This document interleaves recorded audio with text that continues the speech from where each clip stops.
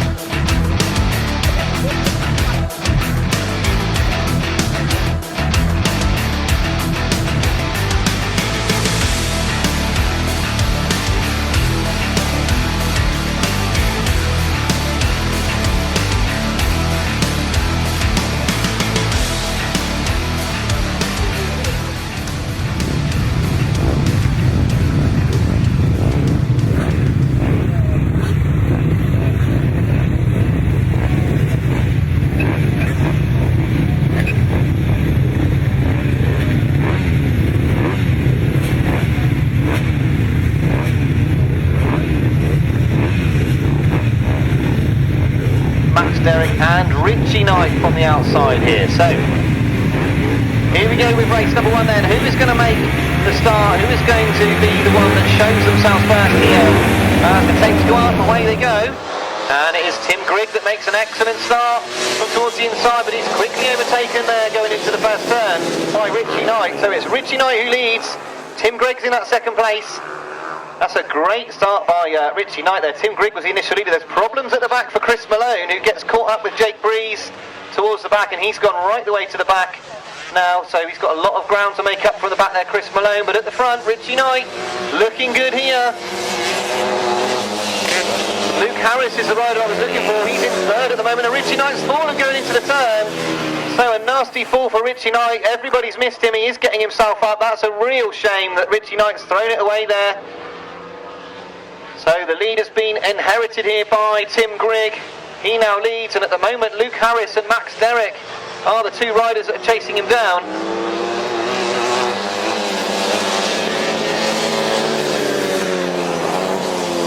So Tim Greig, of course, on that motocross style engined machine. It's certainly suiting the conditions at the moment, Tim Greig. Luke Harris on the more speedway style engine has got no answer to Tim Greig at the front. He's got an excellent lead here.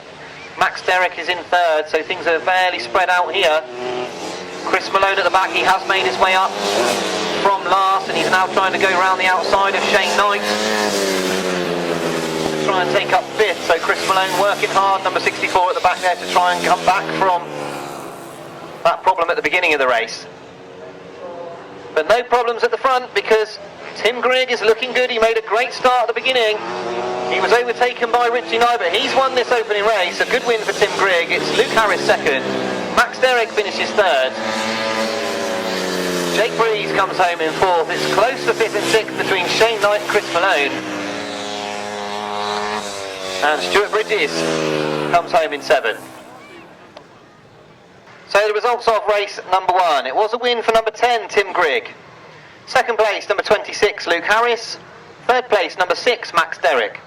4th place, number 40, Jake Breeze. 5th place, number 339, Shane Knight. 6th place, number 64, Chris Malone.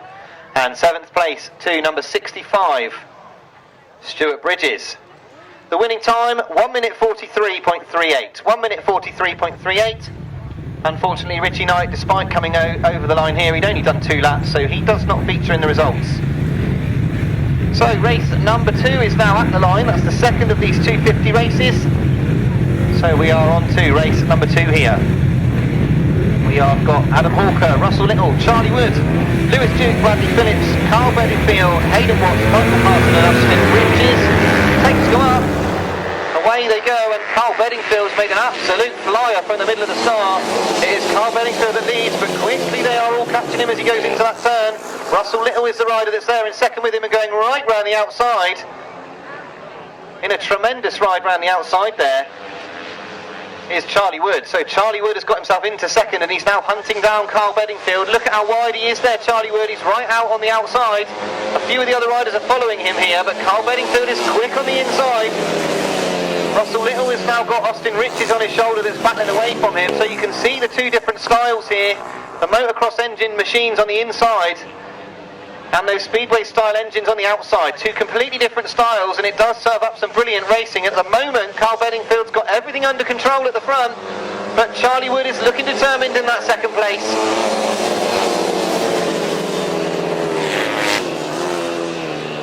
So Karl Bedingfield, as they close up again in the middle of the corner, Hayden Watts gets into trouble and he drops back to 5th, but he's still battling all over Russell Little. Now Russell Little seems to have a problem in that 5th place.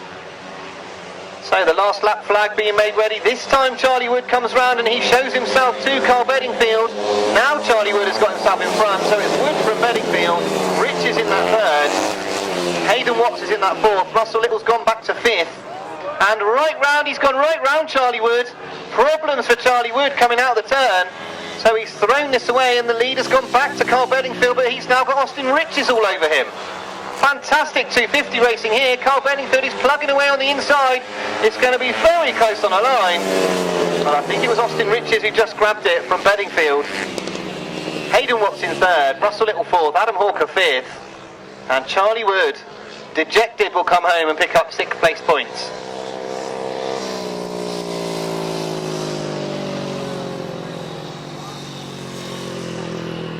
So the results of race 2, it was a win for number 46, Austin Riches.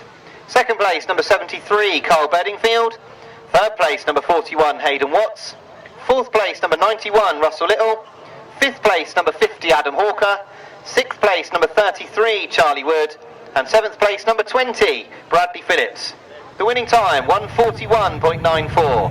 1:41.94. And now we turn our attention to race 3, the 500cc solos here, sponsored by SA Eggleston Groundworks. And we've got a round-robin competition here today. They will all miss a heat, so some of our riders that are in this class won't appear in this race, but they will appear later on. Of course, we've got no fight for Wilson Dean off of the outside here, but all the others are there. So, tapes up, away they go. And Chad Wirtzfeld and Arran Butcher are the 2 riders that have made the best of it. It's Chad Wirtzfeld who leads into the turn, number 69. Arran Butcher has followed him in there in 2nd place. Gareth Hickmott's gone round the outside. He's picked up 3rd ahead of Martyn Sturgeon in that 4th place. And there's a squabble over 5th, 6th and 7th at the moment. Adam Filmer seems to be going backwards at the moment, but Chad Wirtzfeld's looking good here, rider number 69. He's looking quick this time. He's managed to get himself a little bit of breathing space between himself and Arran Butcher. Gareth Pickpot and that Martyn Sturgeon are squabbling over that third place fiercely. So off the banking comes Chad Wirtzfeld, looking good in this one. He's got a very big lead here ahead of Arran Butcher. Gareth Pickpot's now established that third place. James Theobald is the rider, number 26, who's worked his way up into fourth. And Jamie Fenn-Smith has fallen and Adam Filmer has collected him. That's a nasty looking accident. I'm glad to see that Jamie Fenn-Smith has got up so quickly. Unfortunately, Adam Filmer is down. The red flags are out here. So this will be the stop of the race. We've got red flags out, so red flags stopping the race here. Both riders are up over there in what looked like a horrible looking accident, so pleased to see both riders are up.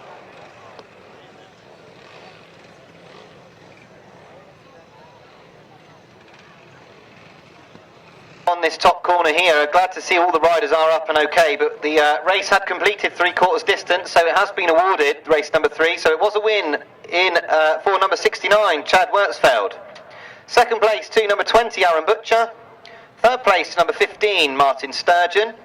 Fourth place, number 17, Gareth Pickpot. And fifth place, number 26, James Theobald. There is no winning time, because the results were declared after the 3 laps. So no winning time for that one, just the 5 finishers.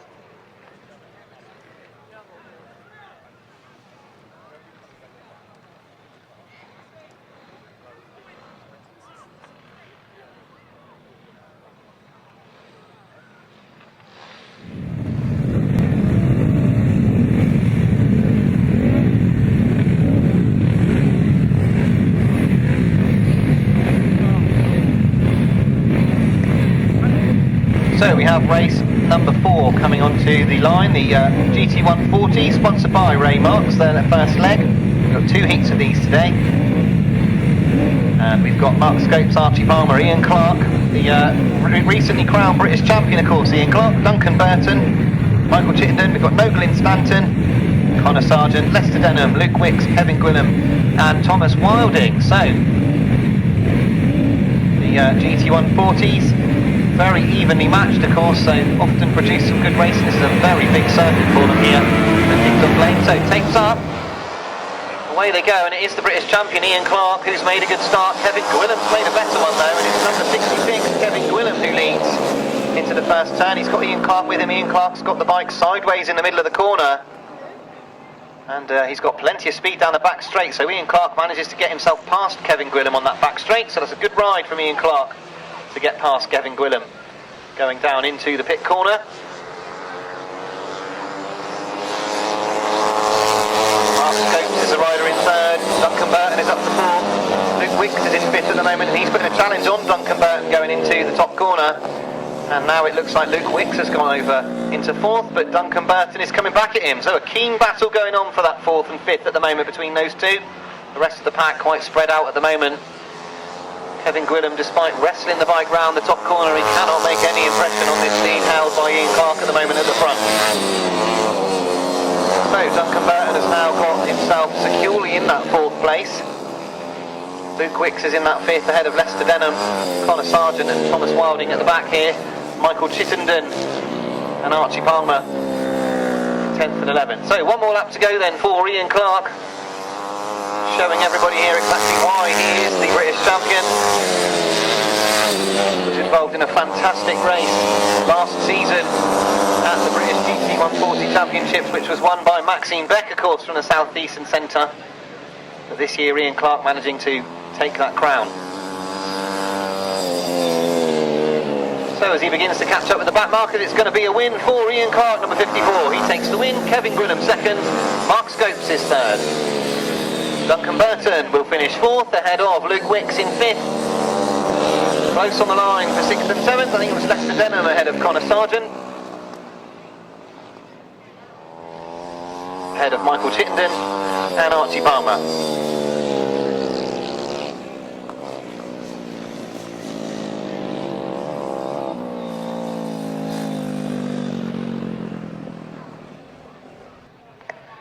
So the results of race 4, sponsored by Ray Marks. It was a win for number 54, Ian Clark. Second place, number 66, Kevin Gwillam. Third place, number 21, Mark Scopes. Fourth place, number 157, Duncan Burton. Fifth place, number 227, Luke Wicks. Sixth place, number 81, Lester Denham. Seventh place, number 11, Connor Sargent. Eighth place, number 8, Thomas Wilding. Ninth place, number 90, Michael Chittenden. And 10th place, number 226, Archie Palmer. The winning time, 1 minute 44.38. 1 minute 44.38. And we move to race 5, which is our second heat of GT140s. And we've got Lee Harding, number 91. We've got Kevin Bundock. We've got Darren Sargent, Wayne Broadhurst, Ronnie Stewart, Alex Ketteringham, Joshua Smith, Max Broadhurst, Joshua Brown, who I believe is having his first ride today, number 291, and Steve Newsham off the outside. So, tapes up, away we go, and we look to see who's emerging. Steve Newsham has made the best of the start. He's chased by Wayne Broadhurst, and Max Broadhurst is in there as well, and Lee Harding's in amongst it too. It's Wayne Broadhurst who's just got his nose in front as they come off of the first turn. Steve Newsham is not giving that up easily though. He's on his shoulder as they go back up into the banking on this pit corner. So Wayne Broadhurst is narrowly leading here against Steve Newsham. It is Max Broadhurst who's in that third. Wayne Broadhurst comes off the turn much tighter than Steve Newsham. Darren Sargent in 5th, Steve Harding is in 6th, and Ronnie Stewart at the moment 7th. But at the front, Wayne Broadhurst, he's managed to get himself away now from the challenge of Steve Newsham.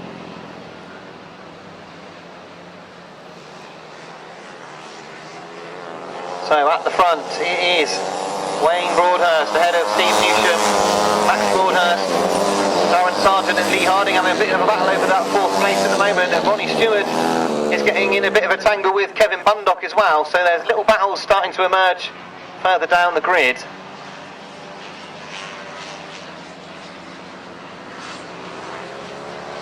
So there is one more lap to go, and at the front here, Wayne Broadhurst. He's got everything under control here, Wayne. He's a very experienced rider from the Midland Centre. Spent many years riding Speedway as well as 350 solos. Problems for Kevin Bundock right in front of us as the two front runners negotiate the back marker there. Joshua Smith. So into this turn, Steve Newsham's gone very, very wide. He's got a lot of speed on here, but he's not. He's travelling a lot further than Wayne Broadhurst. Wayne Broadhurst takes the win. Steve Newsham second. Max Broadhurst finishes third ahead of Darren Sargent in 4th. Lee Harding is in 5th, number 91. Ronnie Stewart is in 6th. Alex Ketteringham finishes 7th. And I think our only other finisher there out there was the rider being lapped, which was Joshua Smith. So the results of race 5, the GT140 solos, it was a win for number 158, Wayne Broadhurst. Second place, number 777, Steve Newsham. Third place, number 58, Max Broadhurst. Fourth place, number 7, Darren Sargent. Fifth place, number 91, Lee Harding. Sixth place, number 140, Ron Stewart. Seventh place, number 87, Alex Ketteringham. And 8th place, number 14, Joshua Smith. The winning time, 1 minute 47.41. 1 minute 47.41. So that completes our GT140's opening ride, and we get our first look at some three-wheeled action here with the left-hand sidecars, race number 6. And we've got a great lineup of left-hand sidecars, just what we expect here at GTSA. This club has been so linked with the left-hand sidecars for so many years. We've got a great lineup here today. We've got Steve North and Martin Cup in this one. Both of them are on new Godden GR engines, single-cylinder Godden GR engines. So look out for outfits 193 and 128 on those brand new engines. We've got Josh Penfold and Dan Woodbridge off of Gate 1. They've had some very good rides here before. Billy Penfold and Callum Ray, Mike Downs and Karl Bedingfield. Karl, of course, we've already seen out on the 250s. He's now on with Mike Downs. And Danny and Harry Hill from the outside. So tapes up, away they go, and from the outside it is Danny and Harry Hill that have made a brilliant start. Outfit number 124 leads. Martin Cuff and Colin Clark are very quickly on the back of them. Josh Penfold has gone in there up the inside. Martin Cuff is very quick round the outside, but Danny Hill's holding that inside line. It's absolutely neck and neck as they go back down the back straight. Martin Cuff's on the outside. He's got to keep that motor wound up, of course. Danny Hill, he's keeping him out there all the time. He's not allowing him to come up the inside. He's pushed him very wide off this turn. But Martin Cuff still managed to get round him. And Martin Cuff now leads going into lap number 2. That really was a great ride from Martin Cuff and Colin Clark to get themselves round the outside of Danny Hill. Josh Penfold and Dan Woodbridge are in that 3rd place ahead of Billy Penfold and Callum Ray. So Martin Cuff, the most successful rider in the British Championships in this class. He's going to have another go at the British Championships later on in the year at this very venue. And at the moment on this form he is looking absolutely brilliant for it. So there's one more lap to go when they come round this time.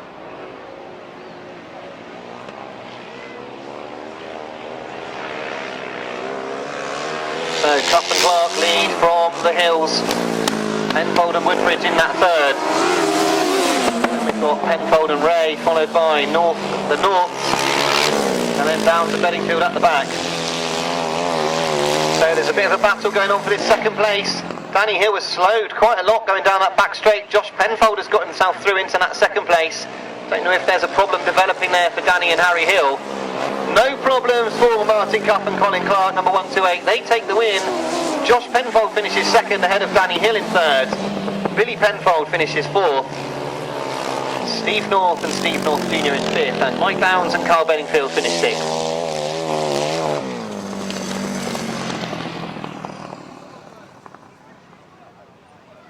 So the results of race number 6, the left-hand sidecars. It was a win for number 128, Martin Cuff and Colin Clark. 2nd place, number 16, Josh Penfold and Dan Woodbridge. 3rd place, number 124, Danny and Harry Hill. 4th place, number 125, Billy Penfold and Callum Ray. 5th place, number 193, Steve North and Steve North Jr. And 6th place, number 113, Mike Downs and Karl Bedingfield. And the winning time, 1 minute 45.78. 1 minute 45.78. So now we've got our 2nd leg of left-hand sidecars, once again sponsored by Ray Marks, and we've got no Darren Morris and Simon Tillman in this one, but we do have coming into this one number 25, and that is Tony Penfold, and his stand-in passenger today, who I think is his first go, Harry Gleeson. So it's his first attempt at passengering today for Tony Penfold, so we'll be interested to see how he gets on. Alex Bowman, of course, is pasengered by Lewis Owen, and it's Lewis's first attempt as well today, so plenty of newcomers to the passengering world. It's good to see. And the rest of the lineup, we've got the British champions on the inside, Michael and Tim Phillips, Kaylee Booth and Robbie McLaughlin in that gate 2. We've got Tommy Penfold and William Maiden in that gate 3, Joe and Jordan Holland 4, Alex Bowman and Lewis Owen off of gate 5, and off the outside here, Tony Penfold and Harry Gleeson.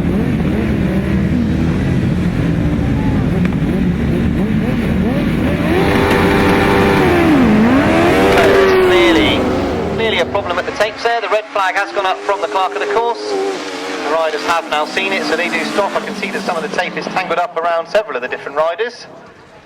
So we will go back to the start and start again.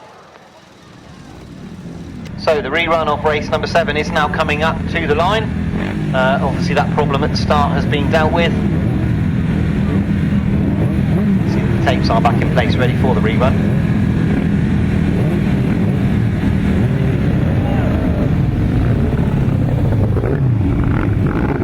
The left-hand sidecars will be one of the classes that has their British Championships down here in a few weeks' time,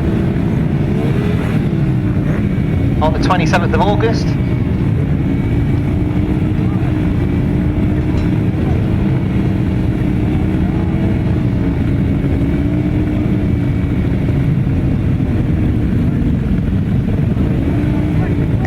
So it looks like there's problems now for Kaylee Booth up there as well, so yeah, next time we have action here, of course, will be the British Championship, the ACU British Championships for the 250 and 350 solos, the 500 sidecars, and this class, the left-hand sidecars, on Sunday the 27th of August.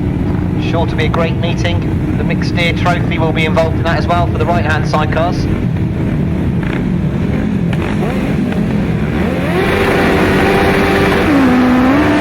So Phillips up here, away they go. And Michael Phillips and Tim Phillips have made a great start on the inside. They lift as they come down the straight. Alex Bowman has followed them in, so we've got Wales 1 and 2. They're queuing up behind them. So Michael Phillips and Tim Phillips, they lead down the back straight. Alex Bowman and Lewis Owen are in that second place. Very quickly being caught there by Tommy Penfold, who goes through going up into the banking there. So Tommy Penfold gets through into that second and looks very quick in that second place as well. Joe and Jordan Holland are in that fourth place, trying to catch up with Alex Bowman at the moment. Tony Penfold, of course, with that brand new passenger in that fifth place.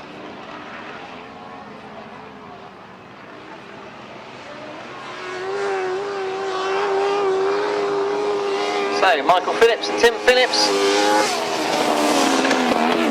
won the championship, the British Championship last year in a fantastic left-hand sidecar final at Britain at the other end of the village.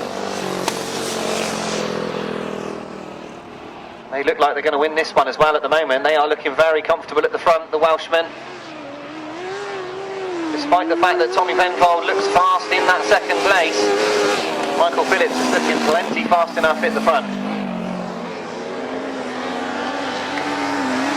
So Joe and Jordan Holland are now putting Alex Bowman under pressure for his third place, and they have in fact gone past Alex Bowman going up into the pit corner. So Alex Bowman has gone from the front to fourth place here. The checkered flag is being made ready. It's going to be a win for outfit number 98. Michael and Tim Phillips, they take a good win. Number 96, Tommy Penfold and William Naden finish second. Joe and Jordan Holland are going to win this battle for third. And it's going to get close on the line for fourth between Alex Bowman and Tony Penfold. And Kaylee Booth and Robbie McLaughlin come home sixth.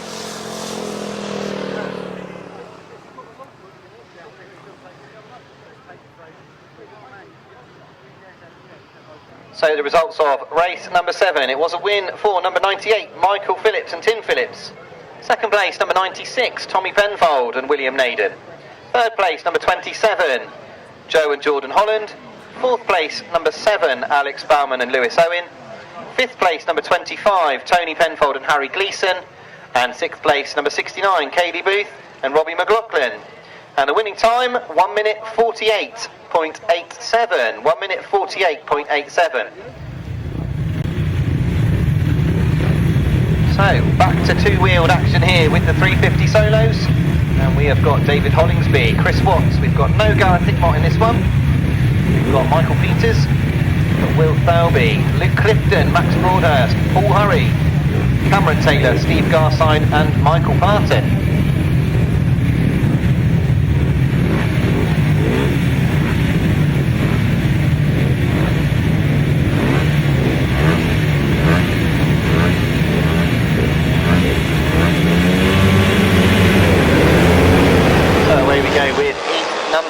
And Luke Clifton has made a good start. Simon Garside is the rider that leads, so as they come past us, Cameron Taylor and Paul Hurry have immediately left for the outside line. Cameron Taylor's gone right round the pack, as too has Paul Hurry. They get all very close on the back straight. Cameron Taylor narrowly leads. Paul Hurry's gone up the inside of him, going into the banking, and it's now Paul Hurry that's putting Cameron Taylor under tremendous pressure. Steve Garside is plugging away on the inside. It's a fabulous lap of Grasstrack racing. Cameron Taylor still narrowly leads from Paul Hurry.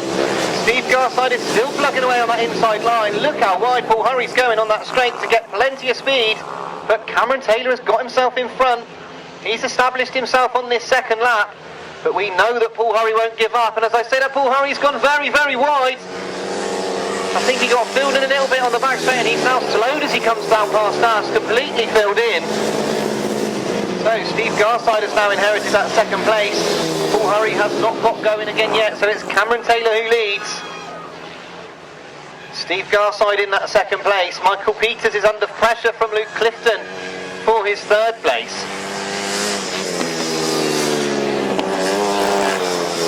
So the race really here is for third and fourth between Luke Clifton and Michael Peters, because Cameron Taylor is away here.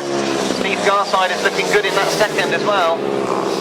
Luke Clifton now looks like he's established himself in that third.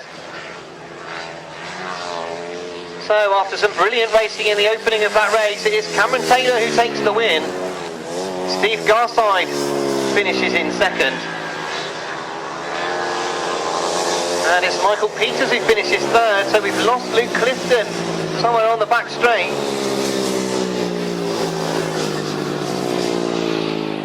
So Luke Clifton has fallen going up onto the banking on the back there. That's a real shame because he'd worked hard for that third place. So the results of race number 8, the 350 solos. It was a win for number 101, Cameron Taylor. Second place, number 111, Steve Garside. Third place, number 37, Michael Peters. Fourth place, number 12, Chris Watts. Fifth place, number 58, Max Broadhurst. Sixth place, number 47, Will Felby. And seventh place, number 5, David Hollingsby. The winning time, 1 minute 33.44. 1 minute 33.44. So, some great racing there in the early part of that 350 race. We now go to race number 9, sponsored by SA Eggleston Groundworks. And it's the upright solos. The only change we're expecting here is that number 84, Gordon Walker, will not take his place.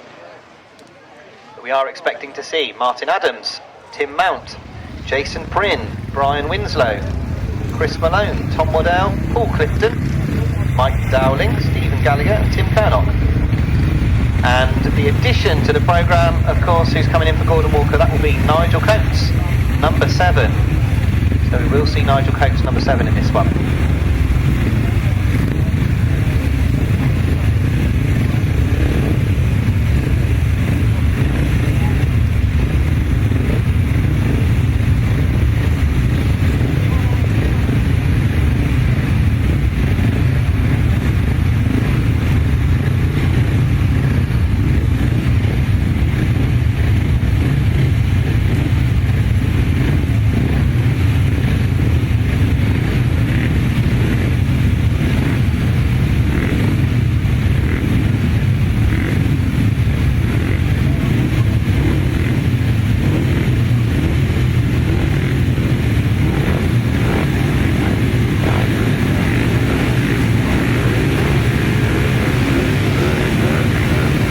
So here we go with race 9, the upright solos.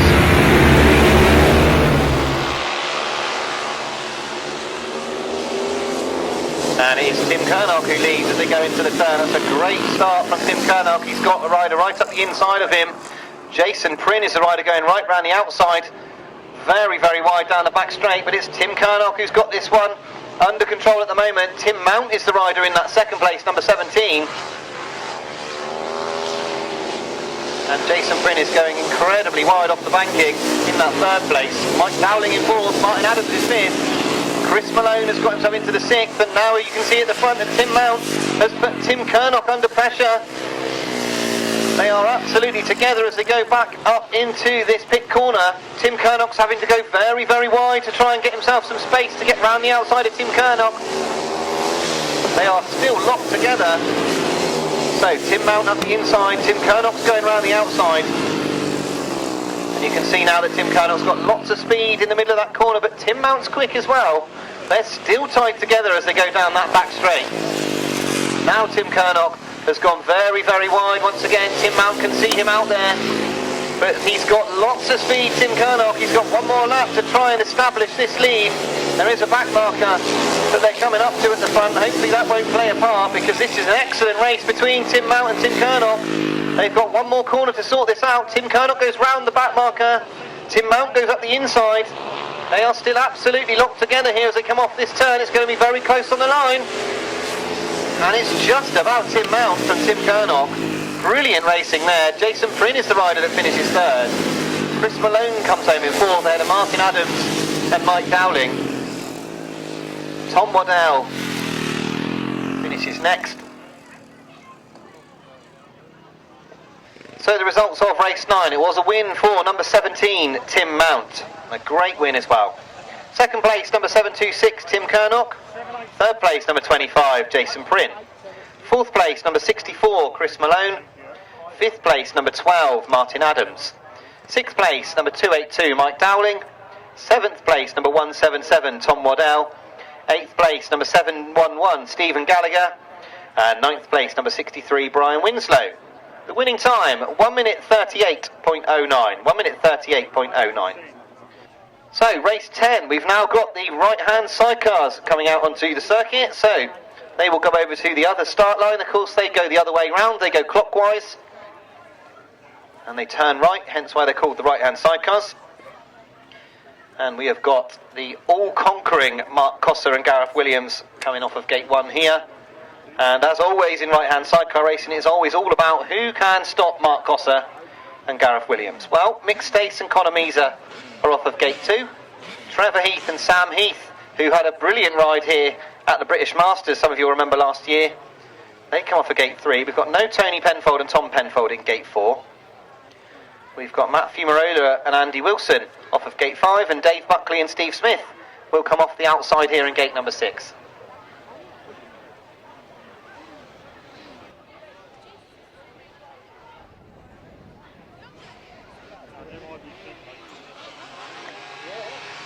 So race 10 is at the tapes and it is go. So here we go with the opening of the right-hand sidecars, and immediately you can see here Mark Cosser and Gareth Williams have made a fabulous start. Now lots of the outfits have been struggling to get out of this turn, so let's see how they do here. Mark Cosser, you can see, is turning the bike hard. Matt Fumarola has got up the inside, so there's a battle on here for this second. Matt Fumarola and Andy Wilson are putting Trevor Heath under tremendous pressure, and they get past them there, but Trevor Heath comes back at him off the banking. But it's Matt Fumarola at the moment in that second place. So Mark Cosser and Gareth Williams, really with no mistakes here, are going to go for this all the way to the checkered flag. But there is a really good battle going on for this second and third. This time they've switched lines and Trevor Heath is now up the inside of Matt Fumarola. And you can see that Trevor Heath, he's quick off of the bank in there, he's quick up the back straight, he's got lots of speed. He's going to try and force a mistake from Matt Fumarola, who's got to try and keep things tidy on the inside. You can see that Matt has kept himself much tighter coming off that turn. That has meant that there's no holes for Trevor Heath, although they've both gone into the corner together again in that second and third. So Mark Cosser and Gareth Williams looking absolutely superb at the front, but this battle for second is still raging. This time Mark Cosser and Gareth Williams will take the win. It's going to be Matt Fumarola and Andy Wilson who hold on to that second, ahead of Trevor Heath and Sam Heath. Mick Stace and his passenger Conor Measer finish in 4th, and Dave Buckley and Steve Smith 5th. There is an air filter out here on the outside of the circuit. Somebody's lost a red air filter. I don't know if anyone can hear us up in the pits, but one of the outfit's air filters lying in the circuit here.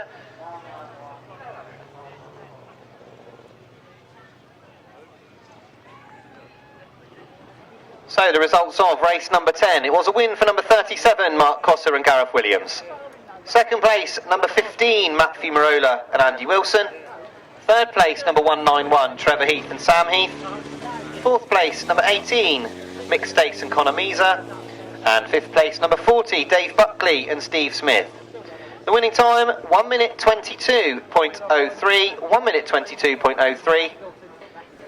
And we move to race number 11, sponsored by Team Palmer Racing. And we've got more right-hand sidecars here. We've got Terry Saunders and Liam Brown coming onto the circuit. In fact, it's Terry Saunders and Carl Pugh, not Liam Brown this afternoon. It's actually Carl Pugh in the chair. So, multi-British Masters champion passenger there coming on for Terry. Paul Whitelam and Richard Webb will be off of gate 3. It's Pete Shaw and Stephen Russell are in this one. A legend returning, of course, Steve Smith and his passenger Gareth Little. Steve, an absolute legend of sidecar racing, of course, 7 times British champion. And we've got Corey Taylor and Jordan Holland as well coming to the line this time.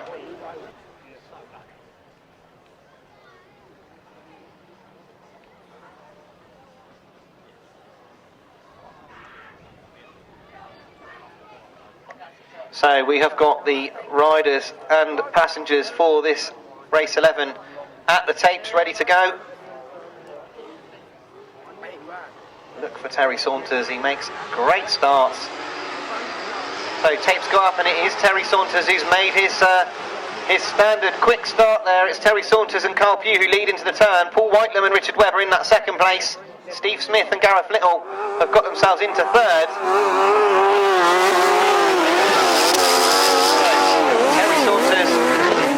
Partnered today by Carl Pugh. He looks very, very quick at the front. Paul Whitelam and Richard Webb are actually falling away from the back of him. I think Steve Smith and Gareth Little will be hoping to put in a challenge on Paul Whitelam.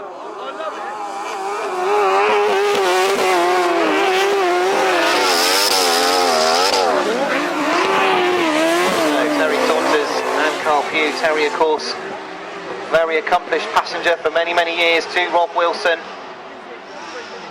And now he's turned to these bars and he is absolutely brilliant. And they straighten up in the middle of the turn, but he's got it all under control. Very, very quick on the power machine.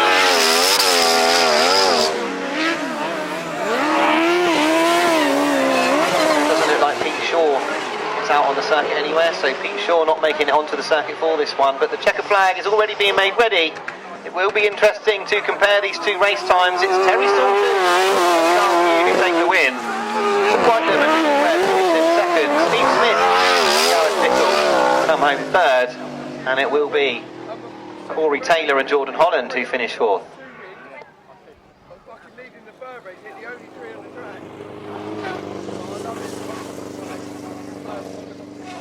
So the results of race number 11. It was a win for number 24, Terry Saunders and Karl Bedingfield. Second place, number 92, Paul Whitelam and Richard Webb. Third place, number 2, Steve Smith and Gareth Little. And fourth place, number 21, Corey Taylor and Jordan Holland. The winning time, 1 minute 21.44. 1 minute 21.44. So interesting to note that the time is slightly quicker than the opening ride. Terry Saunders really did look like he had the thing on song. And we're expecting to see here Rick McCauley and Alan Hoskin, number 51. We are also expecting to see Will Offen and Ricky Pay. Now, we have been told that unfortunately Mark Warren and Ryan Barker will be non-starters here. They've got a bike problem that they haven't been able to resolve, so outfit number 306 won't come into line here. We have got number 991, Michael Austin and Vinnie Branch, and we've got Ryan Partridge and Kevin Jones, number 514. So 4 outfits only for race 12.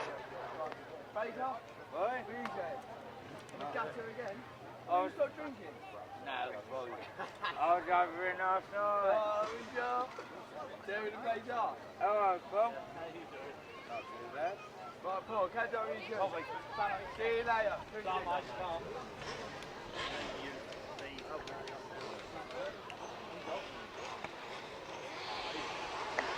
So here we go then, race 12, tapes go up, away they go. Initially it looked like a good jump from the outside, but it's Rick McCauley and Alan Hoskin that have made an absolute flyer, and they lead into the first turn.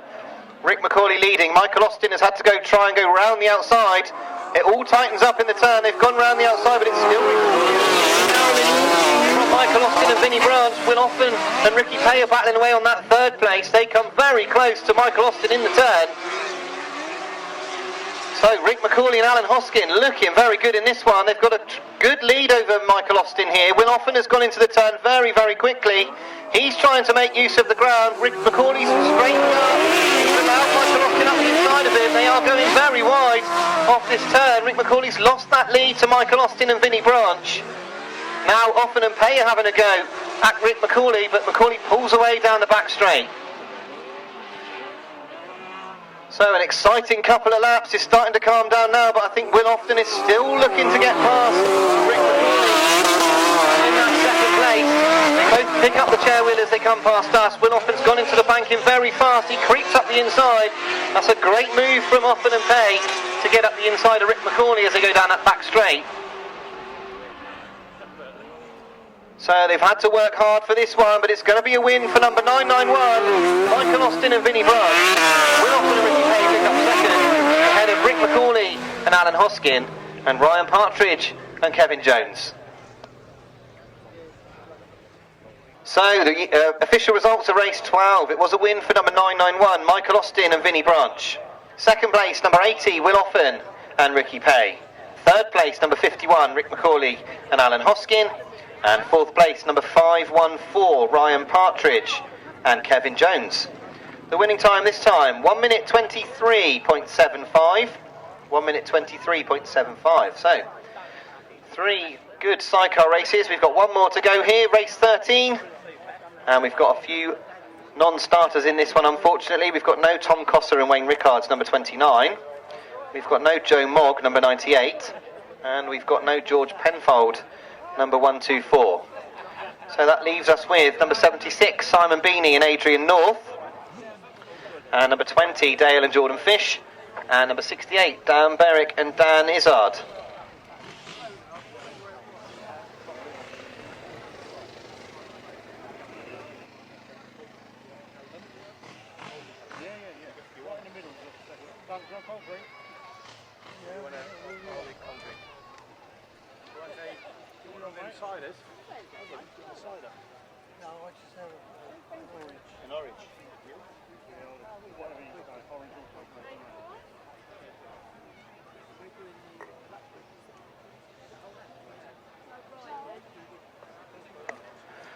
So race 13 is at the tapes over there.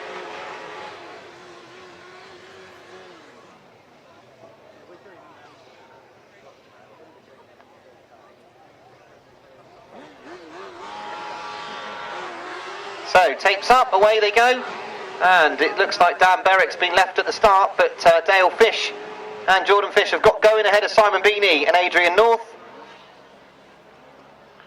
And Dale Fish looks very quick as he comes off this turn. He's going very, very wide. They are a crew that are really rapidly improving at the moment in the sport of sidecar racing. Dale and Jordan Fish, another very quick southeastern centre crew.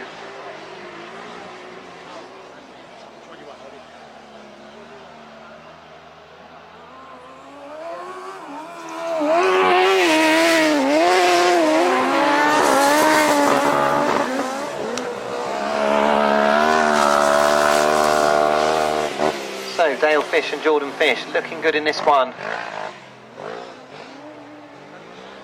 Emerged in the sport a couple of years ago and are going very, very well at the moment. They've changed the machine quite dramatically this year. It's a lot different to the bike they were riding last year. It is actually more or less the same bike, but the front end is completely different. They are getting to grips with it very well, very quickly. Done a lot of racing in the Midland Centre this year and going very well up there. They are duly going to take a heat win here. So a good win for Dale and Jordan Fish, number 20. Simon Beanie and Adrian North finished in second. And it is Dan Berwick and Dan Izzard who come home in third. So the results of race 13. It was a win for number 20, Dale Fish and Jordan Fish. Second place, number 76, Simon Beanie and Adrian North. And third place, number 68, Dan Berwick and Dan Izzard. The winning time, 1 minute 24.38. 1 minute 24.38. So that completes the whole of the first leg of ride. So we are going to have a little bit of a dash of water on the circuit now. You can see it's come onto the circuit already. So there will be a little bit of time here where we just get some water onto the circuit to make sure that we keep this dust to an absolute minimum.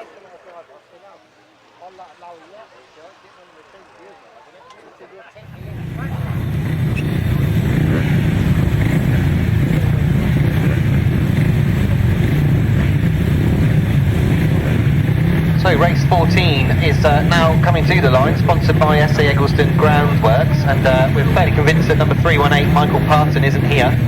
Didn't come out in his opening ride, and we haven't seen him just then, so I think we can probably delete him from the lineup. But we have got Max Derrick on the inside there, Jake Breeze, Karl Bedingfield, Russell Little, Luke Harris, Lewis Duke, and Tim Greig as well, who had a good win in his opening ride. So tapes up, away they go.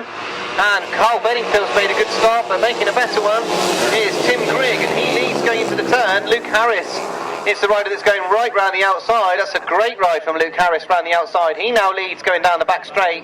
Tim Greig's in that second place, and Tim Greig is very fast into the turn. Tim Greig goes back in front of Luke Harris, and once again we're going to see these two different lines here. Luke Harris has got himself up on the inside this time though, and covered off Tim Greig. So Luke Harris leads. Russell Little has got himself into that third place, and is now putting Tim Greig under pressure for that second. Russell Little's got up the inside, he's got past. So that's a good ride from Russell Little in that second place. He's now got to try and either chase hard and try and chase after Luke Harris, or try and establish that second place and fight off the battle from Tim Greig, because Tim Greig is not letting Russell Little go in that second place. I'd suggest that Luke Harris is absolutely home and dry here, but Russell Little in that second. In fact, as Tim Greig's been battling with Russell Little, he's now got Karl Bedingfield all over him. So as they begin to spread out, as they get in towards this fourth lap, Luke Harris looking very good. Russell Little has established that second place now, and Tim Greig has managed to get himself a bit of space away from Karl Bedingfield. Then we've got Jake Breeze, Max Derrick and Lewis Duke at the back. So round the pit corner for the final time. It's going to be a good win here for Luke Harris. He takes the win here in this second leg. Russell Little finishes second ahead of Tim Greig in that third. Karl Bedingfield fourth, Jake Breeze is in fifth, Max Derrick sixth, and Lewis Duke finishes seventh.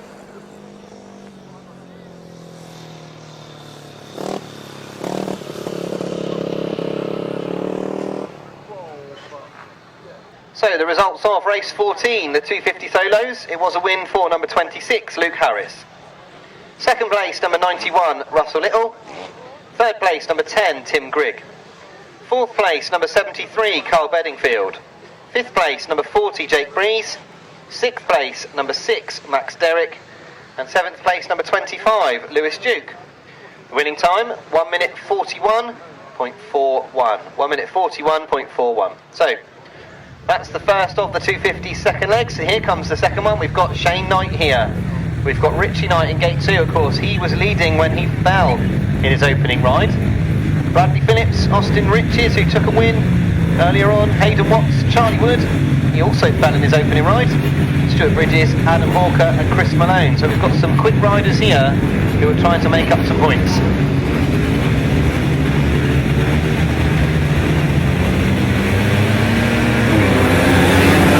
Away we go with race 15. Made a good start. Richie Knight made a good start on the inside. Hayden Watts is in there in amongst it as well. It's Hayden Watts that goes charging into the turn, and really is a great first turn from Hayden Watts. Rider number 41, he leads down the back straight. Charlie Wood has gone very wide. In fact, he's slowed on the back straight, so more problems for Charlie Wood. That's devastating to see. But Hayden Watts is looking very impressive in this one. Out front, there's a tremendous battle for second place taking place. Richie Knight at the moment is having to hold Austin Riches at bay on the outside. Bradley Phillips is in amongst that as well. So Hayden Watts looking good at the front. Richie Knight has now got himself a little bit of space in that second place ahead of Austin Riches in the third.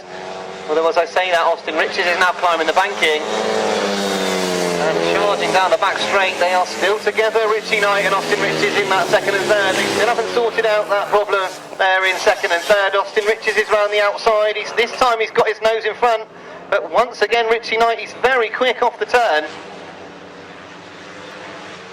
So one more lap to go, and this is a very impressive ride from Hayden Watts. He is looking good in this one. Still my eyes are drawn to that battle for second, because still Richie Knight is still plugging away on the inside, and Austin Riches is still trying to find some speed around the outside. You can see he's very quick in the middle of the corner, but Richie Knight is so fast down the back straight. So round we come then. It's going to be a win here for Hayden Watts, a tremendous win for him. And this battle for second, it looks like it's going to be won by Austin Riches. He finishes second, Richie Knight in third. Adam Hawker finishes fourth ahead of Bradley Phillips in that fifth place. Stuart Bridges in sixth. And it's Shane Knight finishing seventh.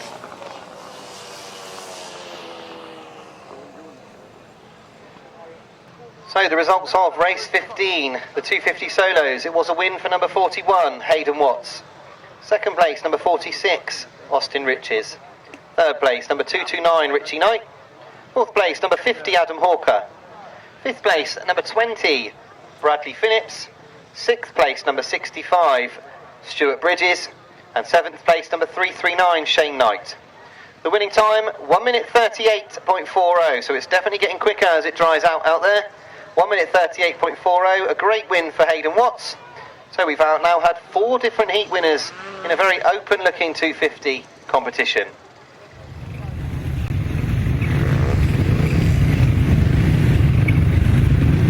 So race 16 will be the 500cc solos, and we see Chad Wirtzfeld in this one. He won the opening race, he's on gate 1. We've got no Bradley Wilson-Dean in gate 2. We've got James Peters though, and we've got for his first ride Alfie Bowtell off of gate 4. Will Thirlby off of gate 5, and for his first ride, Charlie Powell off of gate 6. James Laker as well in this one. Adam Filmer, Arran Butcher, James Theobald and Jamie Fenn-Smith. Hopefully Jamie has got himself up and ready for this one, because he had a heavy tumble in that opening ride. In fact, they're being moved away from the starts.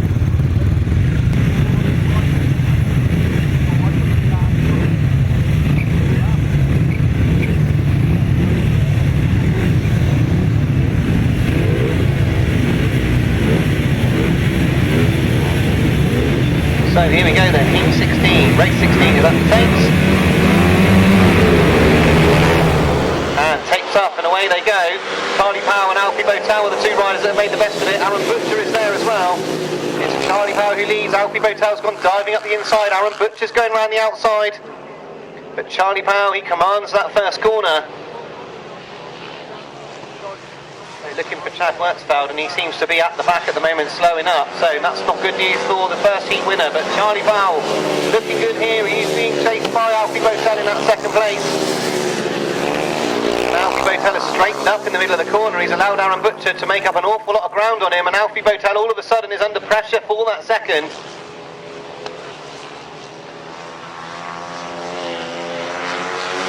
So Charlie Powell looking good here. Alfie Bowtell has got Arran Butcher all over the back of him as they go into this turn. That is where the battle is going to be for that second, because Charlie Powell is looking home and dry here. But Alfie Bowtell and Arran Butcher, they are the two riders at the moment in battle, and Alfie Bowtell has got a little bit of space now between himself and Butcher. So a battle going on for 4th, 5th and 6th as well between James Theobald and James Peters, and James Laker has gone around the outside for that 4th, 5th and 6th. So great racing all the way down the field. At the front, Charlie Powell's going to take the win. He takes a good win there. It does tighten up here for the second. Alfie Bowtell finishes second, ahead of Arran Butcher in third. James Theobald is going to finish fourth, ahead of James Laker in that fifth. James Peters in sixth, and it's Will Thirlby who finishes seventh.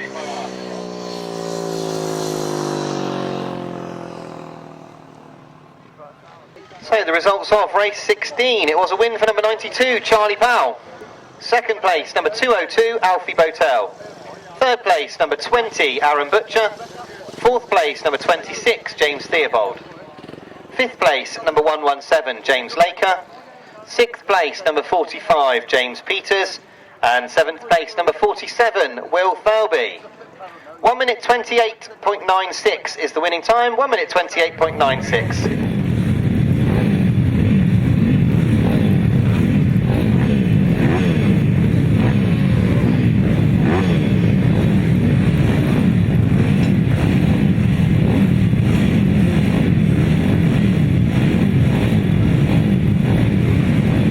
So the ambulance has returned, so we're on to race 17, the GT140s, and we've got first heat winner Ian Clark out in this one, out of gate 5.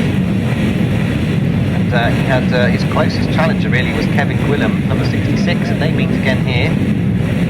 The other rider to win that opening race is Wayne Broadhurst, and he's in the other heat, so both of the riders will be hoping to maintain their maximums here.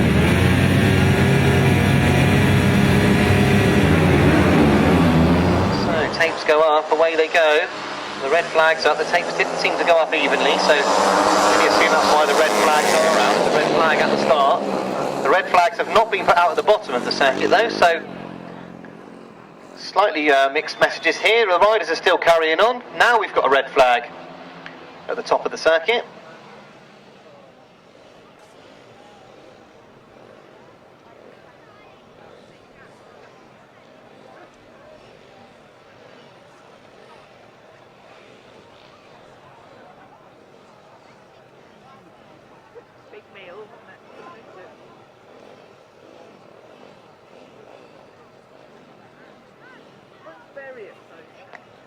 So one of the riders over there doesn't seem to be able to get the machine up and running, and is walking back to the pits completely dejected.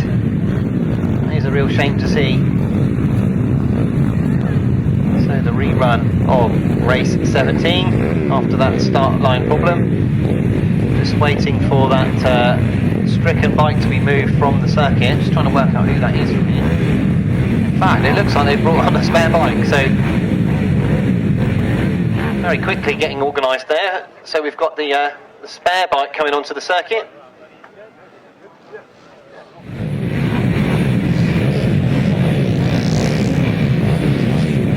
I think that looks like Max Broadhurst there that's had that problem. So possibly Max has just hopped onto Wayne's bike for this one. We'll have to wait and see. It might be number 158 that's on that bike. We won't know until we get over here, but certainly Max Broadhurst having problems at the start. Without. So here we go then. Tapes up on race number 17. And it looks like the riders on the inside have made the best of it. It's Kevin Gwilym who leads. He's got Ian Clark with him once again. So this is how it occurred in the first race as well. Kevin Gwilym did get the lead, and then Ian Clark very quickly got the better of him. So is that going to happen again here? Ian Clark, he is chasing down Kevin Gwilym, but Kevin Gwilym will not want to get beaten twice in the similar manner. So Kevin Gwilym, he's letting the bike run a little bit wider here off this turn. Whether you can see Ian Clark, you can close the back of him. Sargent is in that third ahead of Wicks and Stewart. They're having a good battle for that third place.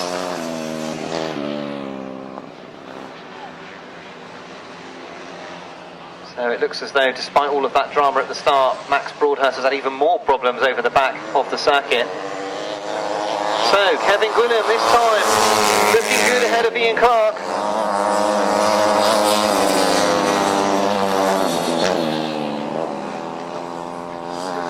And they are both sort of matching each other for speed at the moment. There's not a lot of difference in their speed at the moment, and one small mistake from Kevin Gwilym and I'm sure that Ian Clark will be past him. So Ian Clark it is that's wobbling the machine as he comes around that turn. He caught a little bit of drive.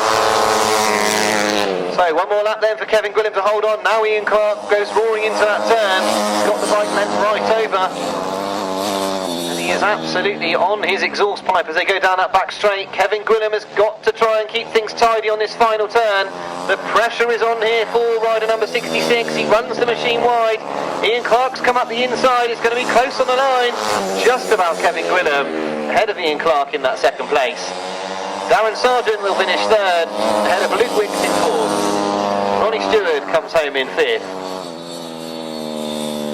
And then we've got a bit of a gap before we get to Thomas Wilding.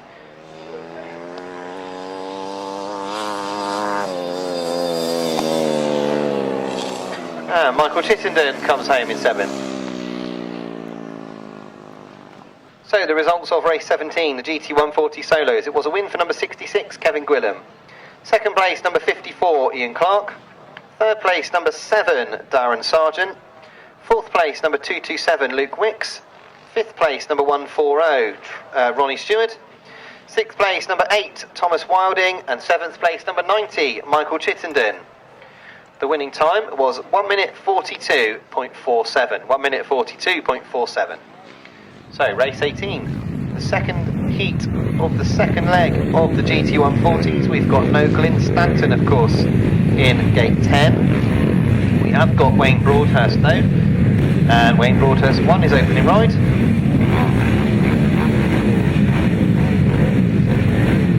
We've got Steve Newsham as well, and Steve Newsham and Wayne Broadhurst had a decent battle in that opening ride.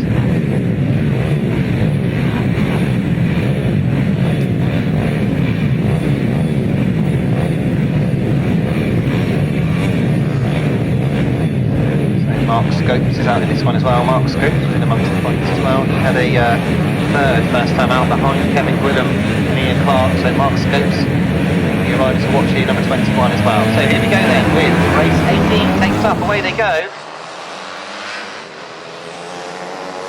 And it is Steve Newsham who's made a good start. Connor Sargent is the rider that's got himself in amongst it as well. Mark Scopes and Wayne Broadhurst are there as well. Connor Sargent has moved back to that fourth. It's Wayne Broadhurst who comes through as they exit the first turn. Steve Newsham is in that second place. So Wayne Broadhurst ahead of Steve Newsham. Mark Scopes is going to try and go round the outside of Steve Newsham on the pit corner. Sargent is in that fourth ahead of Duncan Burton. There's a rider that's fallen up on the top of the circuit and he doesn't look like he's able to get up. So the red flags have come out here. We've got a rider who's fallen heavily.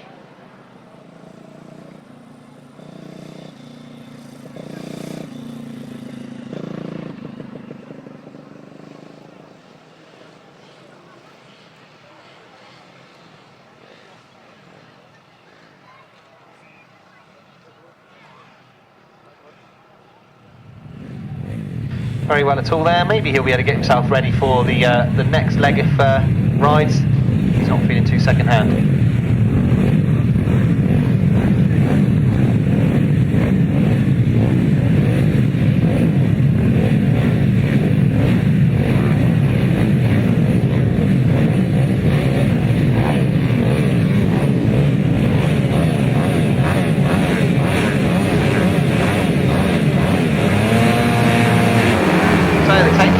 This rerun of race 18, and away they go, and once again Mark Scopes, Steve Newsom and Wayne Broadhurst are all involved. As they go into that first turn, it's Mark Scopes that gets him to nose in front as they go into that turn. Wayne Broadhurst and Steve Newsom are locked together for that second and third. So Mark Scopes this time, he's got quite a bit of daylight between himself and second at the moment as well, so we can really start to establish this lead a little bit. And Steve Newsom and Wayne Broadhurst locked together as they come off of this turn at the end of that one.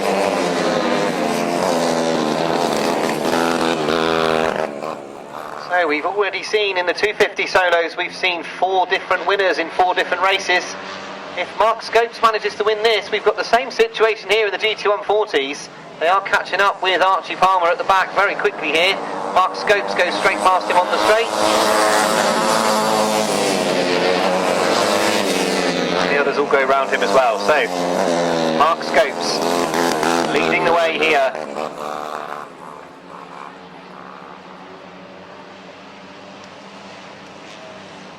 And as he comes round this time, he'll have one more lap to go. It is Mark Scopes leading from Wayne Broadhurst in that second. Steve Newsom third. Narrowly ahead of Connor Sargent at the moment in 4th and 5th. Lester Denham is the rider in 6th ahead of Alex Ketteringham. And Archie Palmer is a lap down. So round they come then for the final time. This is a good win here for Mark Scopes, number 21. He's going to take his first win in the afternoon. It's Mark Scopes, number 21, who wins. Wayne Broadhurst second. Wayne Broadhurst has got a fairly serious looking issue with the front of that bike as he went past us. Steve Newsom third.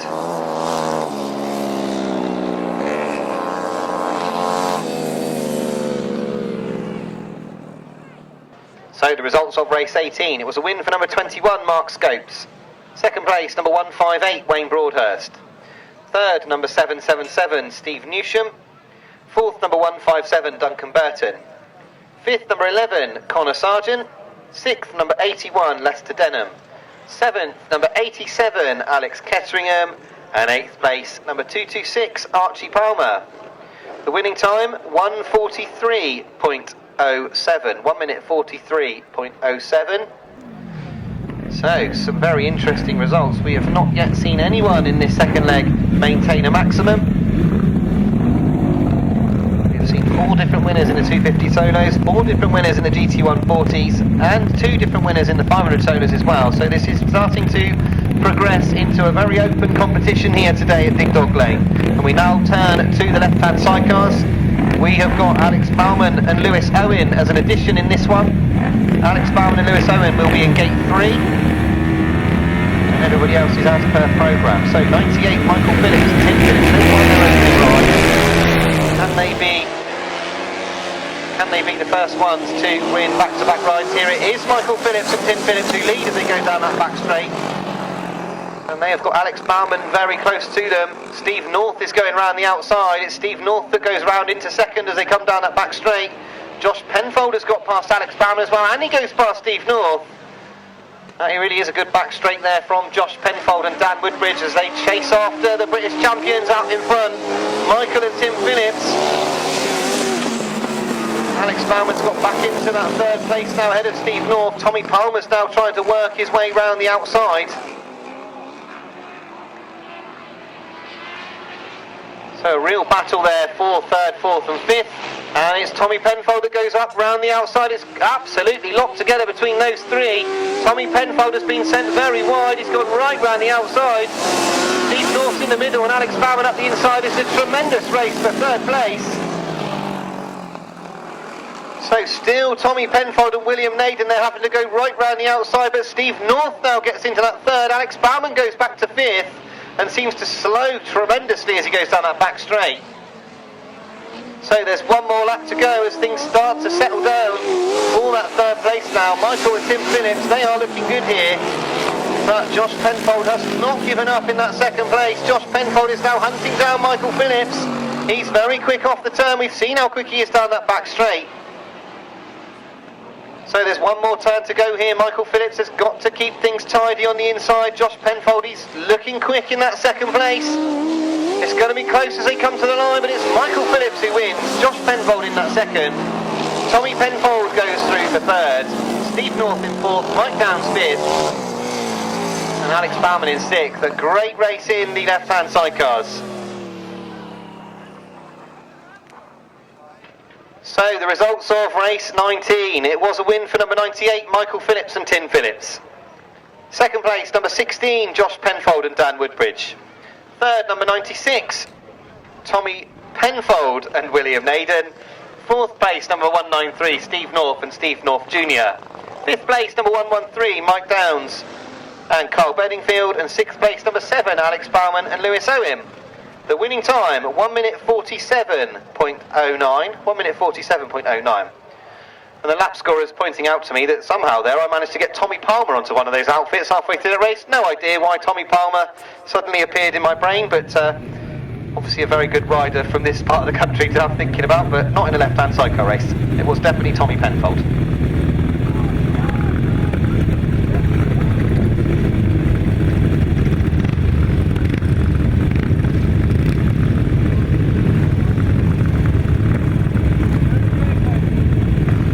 So we move to race number 20, and we've got Martyn Cuff and Colin Clark this time as the previous leg winners. And they would have just seen that Michael Phillips won that last race. Tony Penfold is passengered here by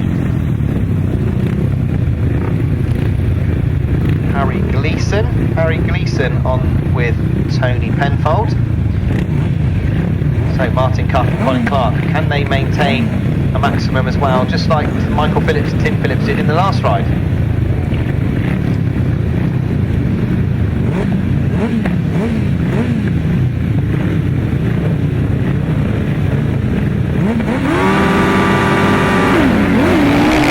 Up on race 20, away they go, and Jordan and Joe Holland have made a good start. Danny Hill has made a great start. He now leads, and he's got the Hollands on the outside of him. Martyn Cuff's in that third place. And immediately Martyn Cuff goes heading towards the outside line. This is where he was so quick earlier. He's gone right round the outside of the Hollands boys, and he chases off after Danny Hill now and Harry Hill. So what can the Hills do about Cuff and Clark? They are very, very quick here this afternoon. Already Martyn Cuff is on the side of Danny Hill. He goes streaking past him. He has got so much speed in that machine. And Martyn Cuff, he's gone a little bit wide on that exit to that turn, and he's allowed Danny Hill to have a look up the inside of him, but he has got so much speed. He's able to pull away from Danny Hill once again. Joe and Jordan Holland are in that third place at the moment, but they have got Billy Penfold battling with them.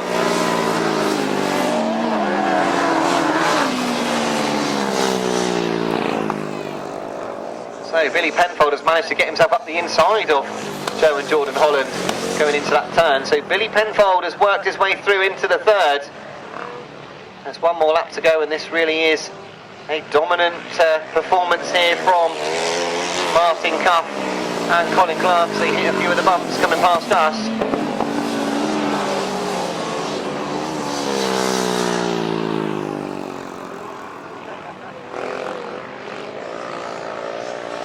So Kaylee Booth out the back here, going past us into the final lap. But at the front, Martyn Cuff and Colin Clark, they're going to take another win here this afternoon. It's Danny and Harry Hill who finished second, Billy Penfold and Callum Ray in that third, Joe and Jordan Holland in fourth, Tony Penfold and Harry Gleeson fifth, and Kaylee Booth and Robbie McLaughlin in sixth.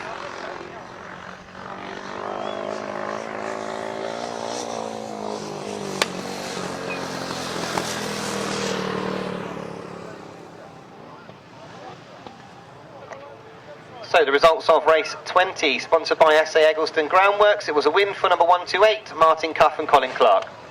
Second place, number 124, Danny Hill and Harry Hill. Third, number 125, Billy Penfold and Callum Ray. Fourth place, number 27, Joe and Jordan Holland. Fifth place, number 25, Tony Penfold and Harry Gleeson. And sixth place, number 69, Kaylee Booth and Robbie McLaughlin. The winning time, 1:47.38, 1:47.38. So, both Michael Phillips and Martin Cuff have definitely emerged in that left-hand sidecar competition as the leaders. Now we turn to the 350 solos. We've got no Gareth Hickmott in gate 11 here. We had a win for Cameron Taylor in the opening race. You may remember that Paul Hurry chased him early in that race. There was a really good race going on, but unfortunately Paul Hurry pulled up. You can see that Paul is online here in gate 3, so he is back on the circuit, so that's good to see. We don't think Michael Parton is here, number 318, so he will be deleted from this race, but we have got 9 solos on the start line ready to go for the 350 race. Away we go. And again it's Cameron Taylor and Paul Hurry get to the turn together. Paul Hurry's got up the inside, Cameron Taylor around the outside. Cameron Taylor at the moment has just got his nose in front, but he's been pushed very wide. And Paul Hurry has got up the inside of him, so there's a real battle on here between youth and experience, because Cameron Taylor has gone back round the outside of Paul Hurry. He's not given up here. So Cameron Taylor has got his nose in front as they go back down that turn. Paul Hurry's gone very wide into that bottom turn. He's allowed the bike to run incredibly wide, and in fact he's pulled up on the back straight. So that has allowed Cameron Taylor to firmly establish a very big lead here. Steve Garside has inherited that second place. He was second place in the opening ride as well, so that's another good ride here for rider number 111. Wayne Broadhurst, Max Broadhurst is in that third place, ahead of Chris Watts and Michael Peters, who get very close together in that fourth in the turn. In fact, Michael Peters has fallen. Chris Watts and Michael Peters, they did get close to that fourth and fifth. So we've got red flags out for this race as Cameron Taylor takes the last lap flag. So the race is being stopped. That was a nasty fall for Michael Peters.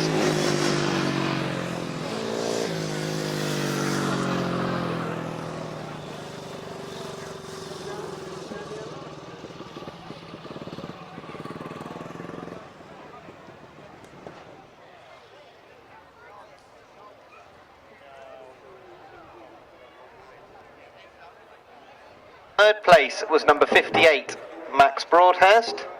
Fourth was number 12, Chris Watts. Fifth was number 47, Will Thirlby. And sixth was number 5, David Hollingsby. There was no time because the race was declared after 3 laps. When we get going again in a moment, we will start with race 22, the upright solos. The only change to the programme is that we will not be expecting Gordon Walker.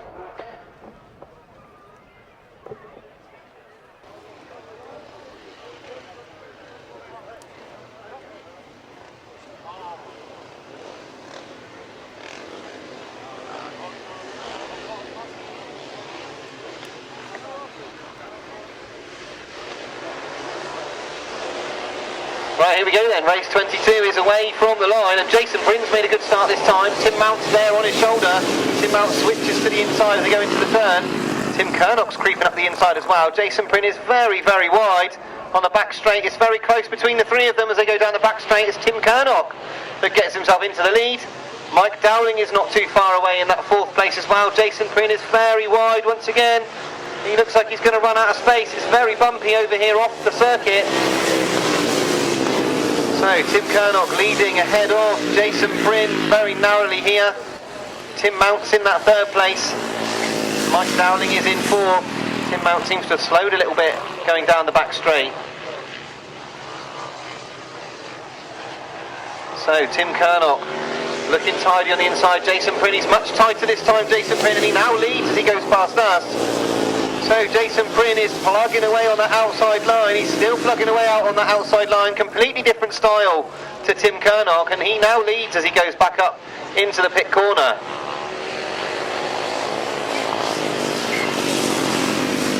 So there's one more lap to go, and you can see that Jason has managed to ride a little bit more tight now and keep Tim Kernock at bay. So as they come around this corner, Jason Prin, he's gone too wide, he's allowed Tim Kernock back up the inside.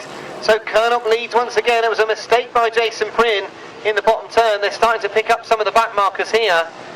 Jason has backed off a little bit as they come into this turn. I think this is going to be a win for number 726, Tim Kernock. He takes the win. Jason Prin finishes second ahead of Tim Mount in third. Mike Dowling fourth.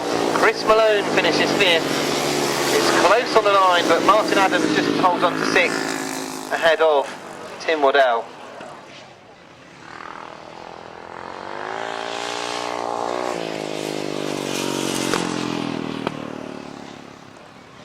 So the results of race 22, it was a win for number 726, Tim Kernock. Second place, number 25, Jason Prin. Third, number 17, Tim Mount. Fourth, number 282, Mike Dowling. Fifth, number 64, Chris Malone. Sixth, number 12, Martyn Adams. Seventh, number 177, Tom Waddell. Eighth, number 711, Stephen Gallagher. And ninth, number 63, Brian Winslow. The winning time, 1 minute 40.13, 1 minute 40.13. Okay, so we've had a win for Tim Kernock and a win for Tim Mount. The upright solo class currently led by Tim Kernock.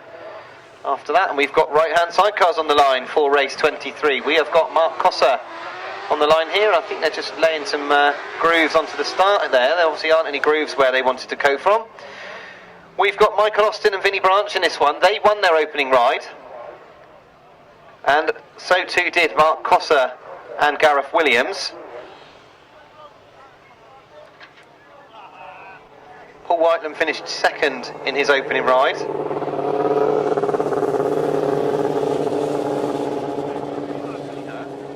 So just the four outfits here in race 23. We have got two heat winners in race 24 going up against one another.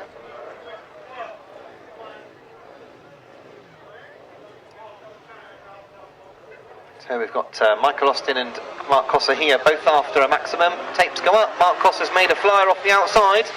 Michael Austin is gated well as well. He's actually just got in front of Paul Whitelam as they go into the turn. It's Mark Cosser and Gareth Williams who lead. Michael Austin and Vinnie Branch have got themselves into that second. And now Paul Whitelam and Richard Webb do something about Michael Austin in that second place, who does look very fast. But looking tremendously fast at the front is Mark Cosser and Gareth Williams as they go down that back straight. So Michael Austin and Vinnie Branch have been climbing the ranks of GT sidecar racing over the last couple of years. Holding a good second here ahead of Paul Whitelam and Richard Webb, but really there's no answer to Mark Cosser and Gareth Williams, who look incredibly fast as they go down that back straight.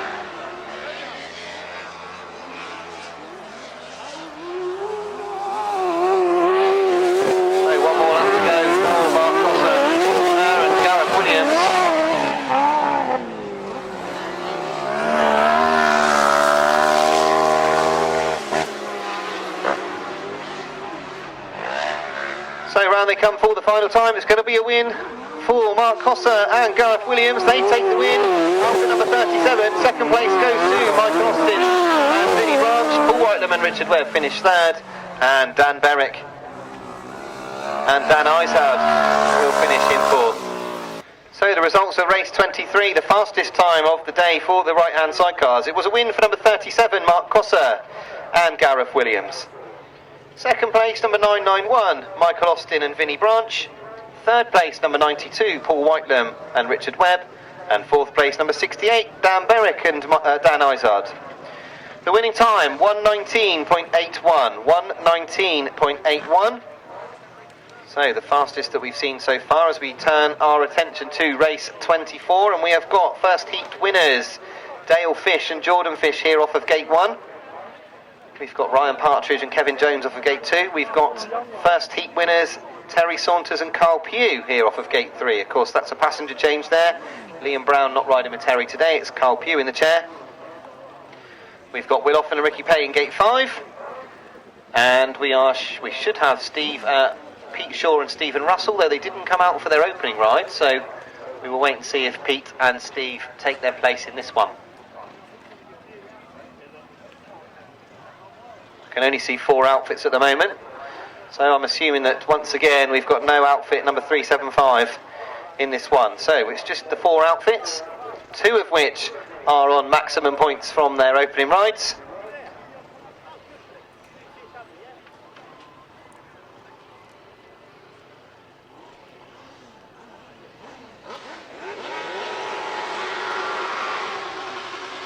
Problem on the start. I think somebody's rolling on the inside there. One of them was rolling towards the tapes on the inside, so the tapes didn't go up.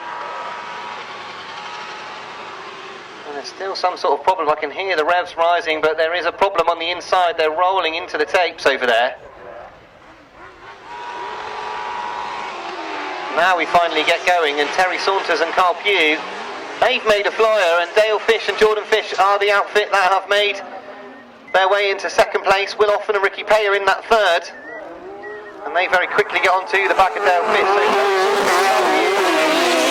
they have the fastest time, of course, in the opening set of rides. That has since been beaten by Mark Cosser, but they did look very, very quick in that opening ride, and they're looking very quick again here. Dale Fish and Jordan Fish looking comfortable in that second place, and at the moment Will Offen and Ricky Pay in third. Can't do anything about Dale and Jordan Fish.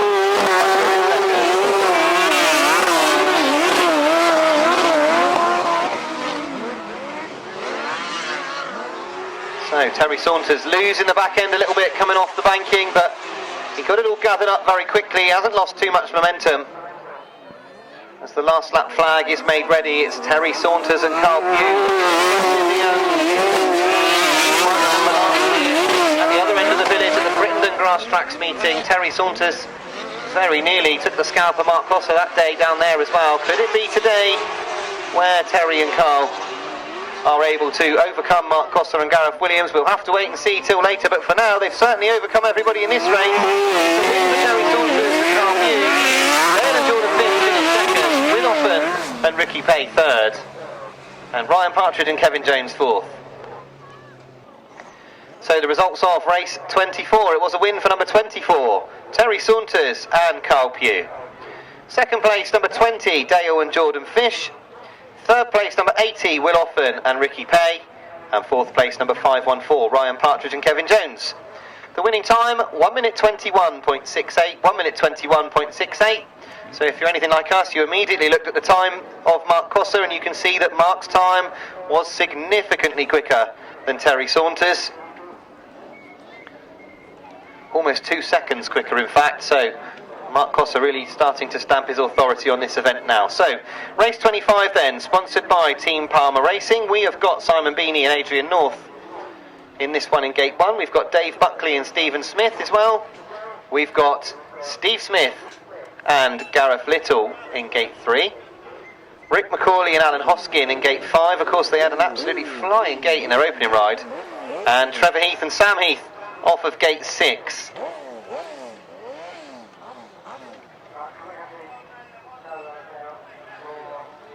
So Simon Beanie had a second first time out, Steve Smith had a third, Rick McCauley had a third, Trevor Heath had a third.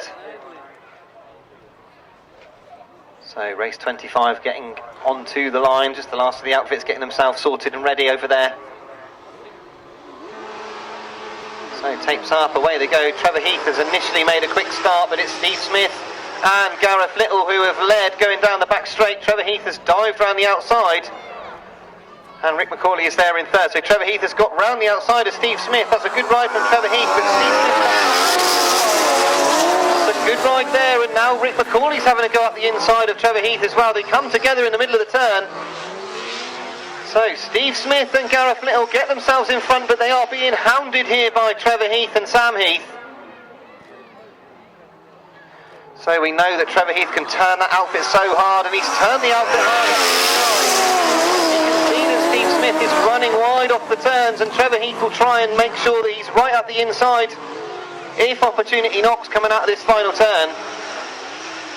So already we've got the last lap flag being made ready, and Steve Smith and Gareth Little, they are looking good here, but they've got to try and keep it in tight because Trevor Heath is there up the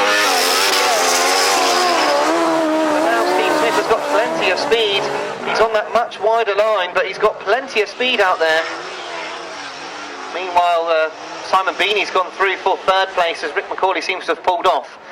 So round this final turn, Steve Smith and Gareth Little, they've got to keep things tidy here on the outside. They have done just that. Steve Smith and Gareth Little. Trevor and Sam Heath finished second, Simon Beanie and Adrian North finished third. So the results of race 25, it was a win for number 2, Steve Smith and Gareth Little. Second place, number 191, Trevor Heath and Sam Heath. And third, number 76, Simon Beanie and Adrian North. The winning time, 1 minute 23.44, 1 minute 23.44. So we now go to race 26, and we've got a few changes here. We've got no Kieran Newman in the chair for Corey Taylor. And it looks as though we've got outfit number 51 pushing round to collect some points here. So hopefully the marshals have seen that. We've got an outfit that's pushing round.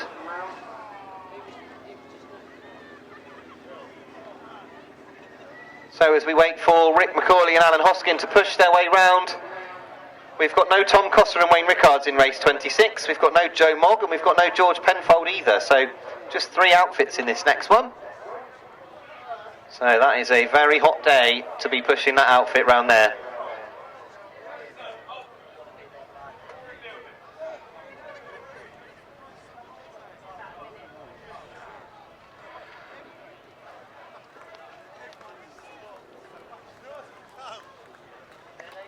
So give them a clap, everybody. Give them some encouragement as they're making their way around. This is going to be very, very hot.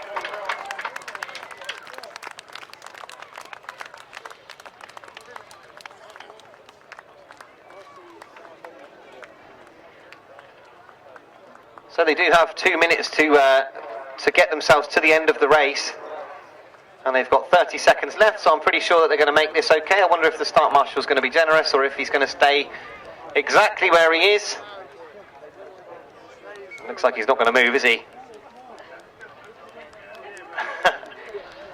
So a great effort for Rick McCauley and Alan Hoskin. They pick up 4th place in race 25. So race 26, we're expecting to see 3 outfits only. We've got Mick Stace and Conor Measer. We've got Matt Fumarola and Andy Wilson. And we've got Corey Taylor and Jordan Holland. Matt Fumarola had a good 2nd place in his opening ride. Mick Stace finished 4th in the same race, and Corey Taylor had a 4th as well. So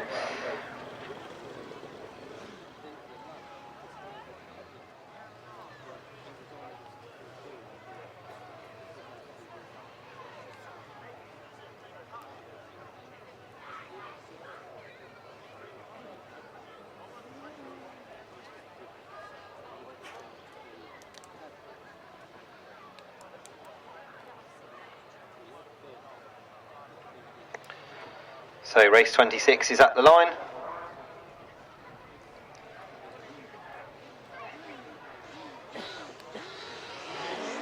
So tapes up, away they go, and it is Matt Fumarola and Andy Wilson, who I would suggest are quite clear favourites in this one, who lead by quite a long way as they go into this first turn.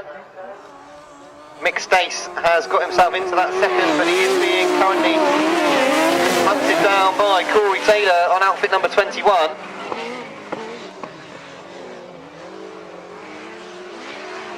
So Matt Fumarola and Andy Wilson, they had a nasty tumble a couple of weeks ago at a meeting up in the Midland Centre where they had a front wheel collapse going over the finish line. They won the race, the front wheel punctured as they went over the finish line, and they got to the end of the straight and the bike tumbled over and they went over with it, and unfortunately Matt suffered a few injuries through that tumble, didn't race again, and this is the first time back since then.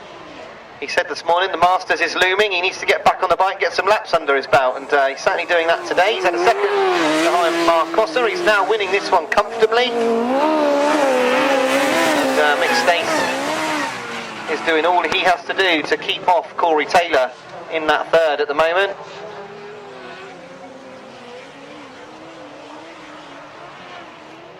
So round the final turn, for the final time, it is going to be a win for number 15, Matt Fumarola and Andy Wilson. Mick Stace and Conor Measer finished second, and Corey Taylor and Jordan Holland finished third. So the results of race 26, it was a win for outfit number 15, Matt Fumarola and Andy Wilson. Second place, number 18, Mick Stace and Connor Measer. Third place, number 21, Corey Taylor and Jordan Holland. The winning time, 1 minute 22.16. 1 minute 22.16. That completes our second leg rides. So we now move on to the third leg. And we've got the 250cc solos about to come onto the circuit. We are not expecting number 318 Michael Parton in this one, but we are expecting to see Hayden Watts, number 41, who had a very convincing win in his second ride. We are expecting to see Tim Greig, who managed to win in his opening ride. We've also got Richie Knight, who has been there or thereabouts all afternoon as well. Charlie Wood, who's had lots of rotten luck this afternoon. He's fallen and he's broken down, but no doubt that Charlie Wood is very, very quick.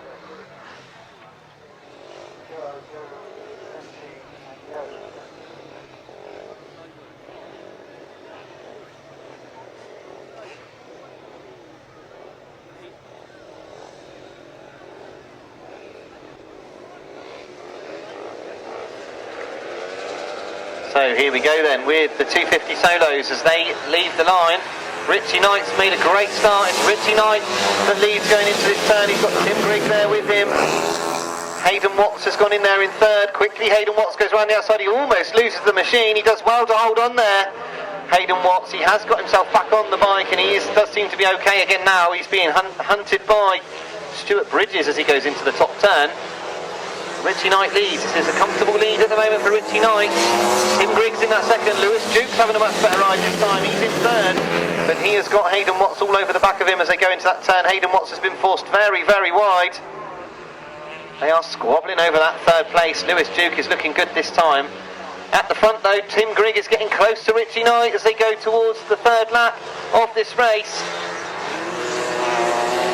Richie Knight still leads, Tim Greig in second, Hayden Watts is now third, Lewis Duke fourth, Stuart Bridges fifth, Max Derrick is in sixth, but they are very close between those last few riders. So Tim Greig once again closing in on Richie Knight. He's now gone up the inside as they go into that turn. Richie Knight's got to keep the power on the outside if he wants to stay ahead. He tries to cut across the front of Tim Greig. They've got one more lap here to fight it out, and as that's going on, Hayden Watts has drawn very, very close to the front too.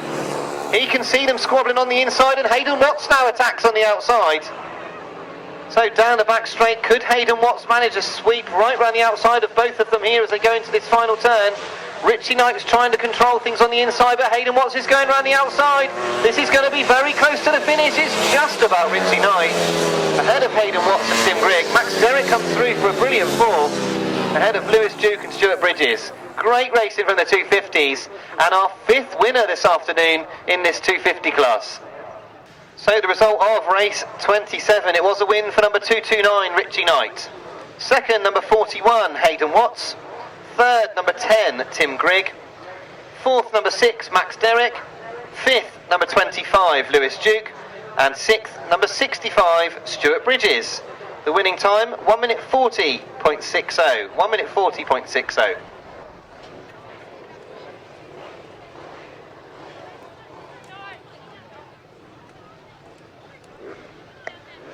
So whilst we're just gathering the riders for this next race, we do have an amendment to the programme for race 3 earlier in the day. The results were the same as what was called out, but 6th place was awarded to number 47. So if you want to keep your programmes absolutely 100%, number 47 did pick up 6th spot in race number 3. So race 28 is the 250 solos. Away they go from the line. And it's Austin Riches this time that leads. Luke Harris is there too. Russell Little's gone across the front of them. It's Russell Little that leads going into the turn. Luke Harris is now picking up lots of speed, and Austin Riches has gone round as well. They're absolutely together on the back straight. It's Russell Little with his nose in front. Austin Riches is in that second place. You'll see that Austin Riches will try to go round the outside of Russell Little. That's exactly what he's done, and Luke Harris has gone round him as well. So Austin Riches now leads, but Russell Little's very quick into the turns. Russell Little, he comes up alongside Austin Riches. Luke Harris is on the outside. They are absolutely locked together as they come off the turn. Once again, Russell Little gets his nose in front, going up into the pit corner. So round comes Austin Riches, and round comes Luke Harris once again, but Russell Little's got lots of speed down the straights. and he dives into that turn once again. This really is a ding-dong battle here. Russell Little, Austin Riches and Luke Harris absolutely locked in battle here. Austin Riches has now got his nose in front. Russell Little once again climbs into the banking and goes up the inside of Austin Riches. So once again Austin Riches is going round the outside, Luke Harris is on the inside, Russell Little's even tighter than him. There's one more lap to sort this all out. Russell Little dives up the inside of Austin Riches once again. They all come together in the middle of the corner. This time it looks like Austin Riches and Luke Harris have got the better of Russell Little as they go back into that pit corner. The checker flag's being made ready. Luke Harris has now come on terms and they get very close. They come out the turn. Austin Riches takes the win. Luke Harris second. Russell Little third. Fantastic racing from those three. Jake Breeze fourth. Adam Hawker fifth. Karl Bedingfield in sixth. Bradley Phillips finishes seventh and Shane Knight in eighth. Terrific racing from the 250s once again. So a great race 28 in the 250 solos. It was a win for number 46 Austin Riches. Second place number 26 Luke Harris. Third place number 91 Russell Little. Fourth place number 40 Jake Breeze. Fifth place number 50 Adam Hawker. Sixth place number 73 Karl Bedingfield. Seventh place number 20 Bradley Phillips. And eighth place number 339 Shane Knight. The winning time 1 minute 38.35. 1 minute 38.35. So Austin Riches becomes the first rider, I believe, who's managed to win 2 races in the 250 solos.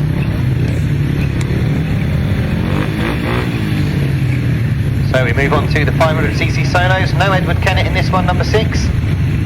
And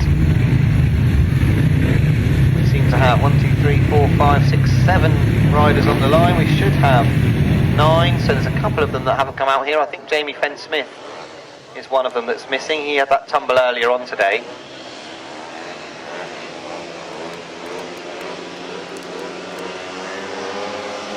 So here we go with the 500cc solos, away they go, and it is Charlie Powell who leads. Alfie Bowtell's there in third. Martyn Sturgeon is the rider coming around the outside. So the three of them are locked together. Martyn Sturgeon's pulled up in the middle of the corner, and Alfie Bowtell's under attack from Chad Wirtzfeld, who goes through into that second. Of course, he won a race earlier on today. Chad Wirtzfeld's got the thing sideways in the pit corner. He sent Alfie Bowtell right out wide. So that's a good ride from Chad Wirtzfeld to get himself into second as he now sets about Charlie Powell in front of him. Charlie does look very quick here.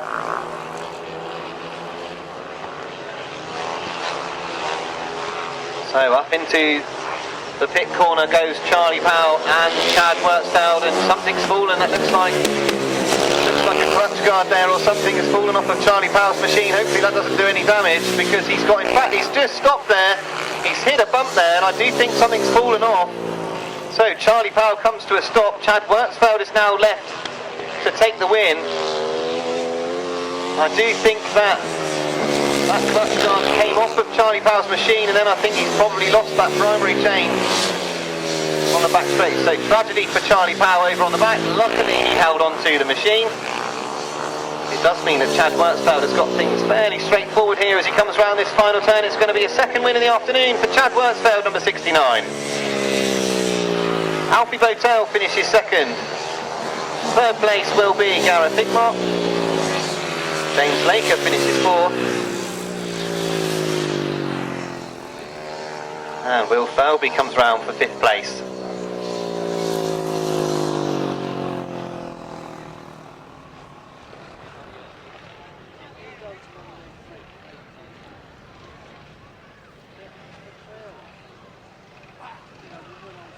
So the results of race 29. It was a win for number 69, Chad Wirtzfeld. Second place, number 202, Alfie Bowtell.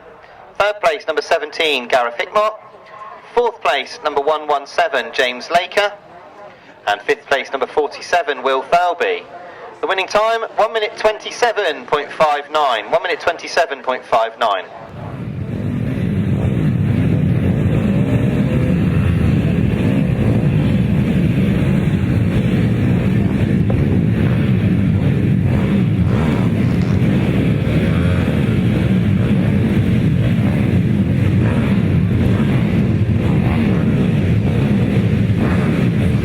So race 30 is the GT140s once again. And we have got Ian Clark in this one. Ian Clark has been going very well so far. So tapes up, away they go. And it is Max Broadhurst who leads. They come past us. Max Broadhurst takes the lead. Ian Clark has already got himself up into second, and he will look to get on terms with Max Broadhurst on that back straight. There's a squabble going on for 4th and 5th towards the back.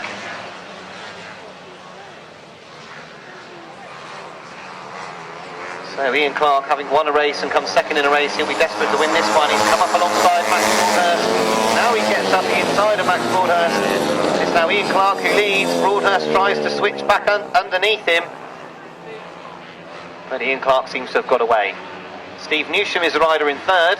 He's been in amongst the points all afternoon as well, so this will do him no harm at all, finishing 3rd. Max Broadhurst isn't done at the front. He's still battling away to try and get on terms with Ian Clark. Ian Clark has been very, very quick this afternoon. Connor Sargent is locked in battle with Duncan Burton for that 4th and 5th place, a little bit further back.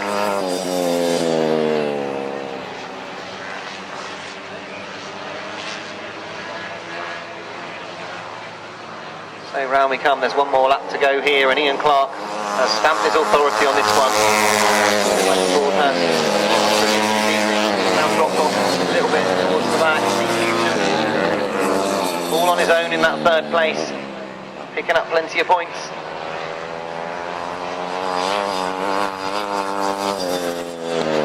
So round comes Clark for the final time. Is a win for Ian Clark, number 54. Max Broadhurst finishes 2nd. Steve Newsham is in 3rd. Connor Sargent 4th. It's Duncan Burton 5th. Lester Denham 6th ahead of Lee Harding, Ronnie Stewart and Thomas Wilding. Deal with this now. So race 31, there's no Glyn Stanton, number 811, but we have got Mark Scopes who won his last ride. We've also got Kevin Gwillam who won his last ride. We've also got Wayne Broadhurst who's won a race today as well. So we've got 3 heat winners in this one. That is at the line.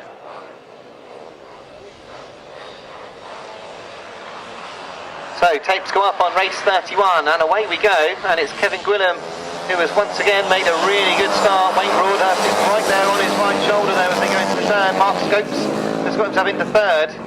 Luke Wicks is in that 4th place at the moment, keenly looking on to see what is going on in front of him.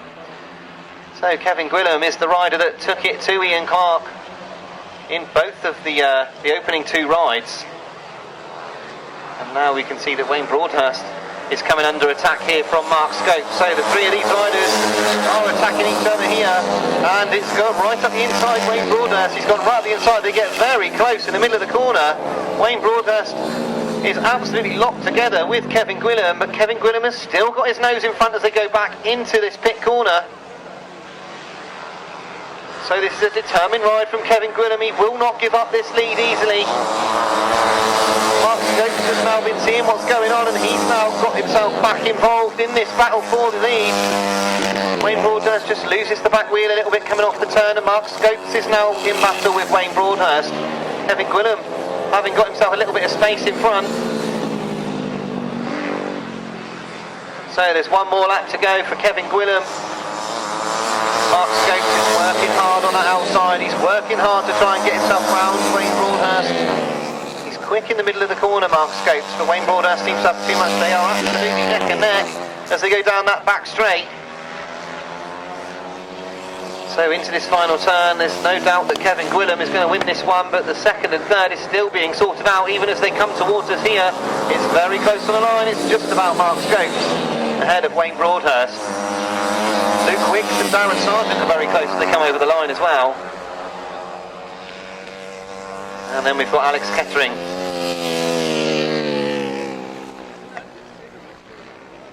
So before we do the results of race 31, here are the results of race 30. The previous race, it was a win for 54 Ian Clark in race 30. 2nd place was number 58 Max Broadhurst. 3rd place was number 777 Steve Newsham. 4th place was number 11 Connor Sargent. 5th place was number 157 Duncan Burton. 6th place number 81 Lester Denham. 7th place 91 Lee Harding.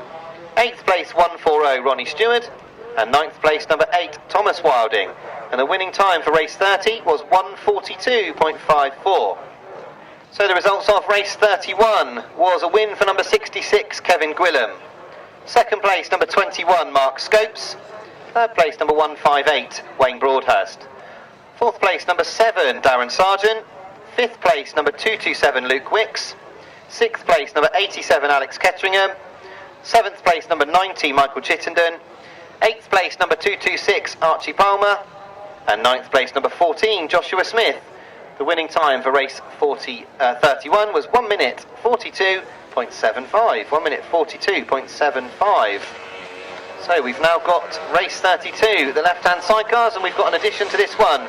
Number 96 Tommy Penfold, and 31 was 1 minute 42.75. 1 minute 42.75.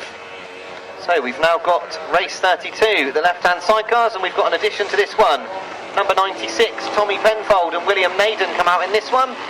We've also got the passenger change for Alex Bowman as well. Lewis Owen on the back. So here we go, Michael Phillips yet to be beaten and Martin Cuff yet to be beaten, and they are both together here in this one. And it is Michael Phillips who's made a great start. Martin Cuff is in that 2nd place, but at the moment he's got Tommy Penfold up the inside of him. Determined to put Tommy Palmer on there, aren't I? So Michael Phillips at the moment looking good in this one, but Martin Cuff has come round the outside of Tommy Penfold. He's trying to get on terms with Michael Phillips, but he can't get up there because Tommy Penfold is riding a determined inside line, and once again he's putting Martin Cuff under tremendous pressure as they come off that turn. So this is really impressive from the Welsh British champions out in front. Michael Phillips and Tim Phillips, they are looking absolutely top form here. Now Martin Cuff has got the better of Tommy Penfold and William Naden in that 2nd and 3rd. And they can set about Michael Phillips, but I do think that Michael Phillips has managed to stretch his lead so much. So Tommy Penfold is going to have another go at Martin Cuff here in the late stages of this race. He's going to have a go up the inside. He's allowing Martin Cuff to run out wide.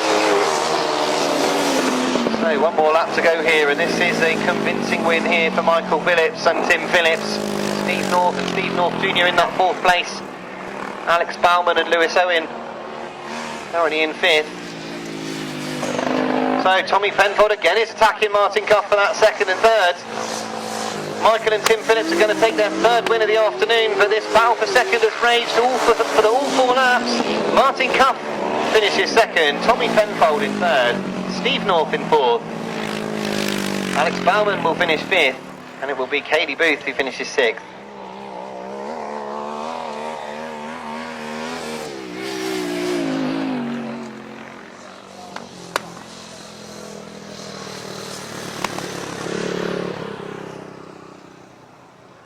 So the results of race 32, it was a win for number 98 Michael Phillips and Tim Phillips.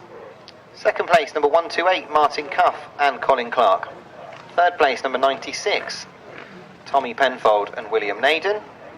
4th place number 193 Steve North and Steve North Jr.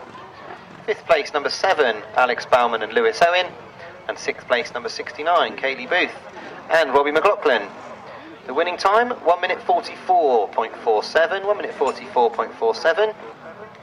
So race 33, the 2nd of the left-hand sidecars. We've got no Darren Morris and Simon Tillman in this one, but we do have number 27 Joe Holland and Jordan Holland joining them in this one. So we should have 6 outfits. We've got Tony Penfold passengered here by Harry Gleeson.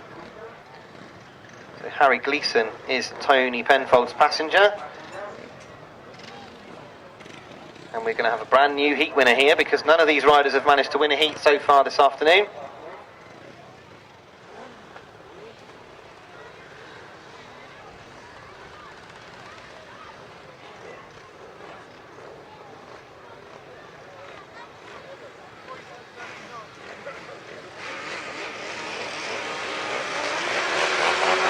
So tapes up here on race 33.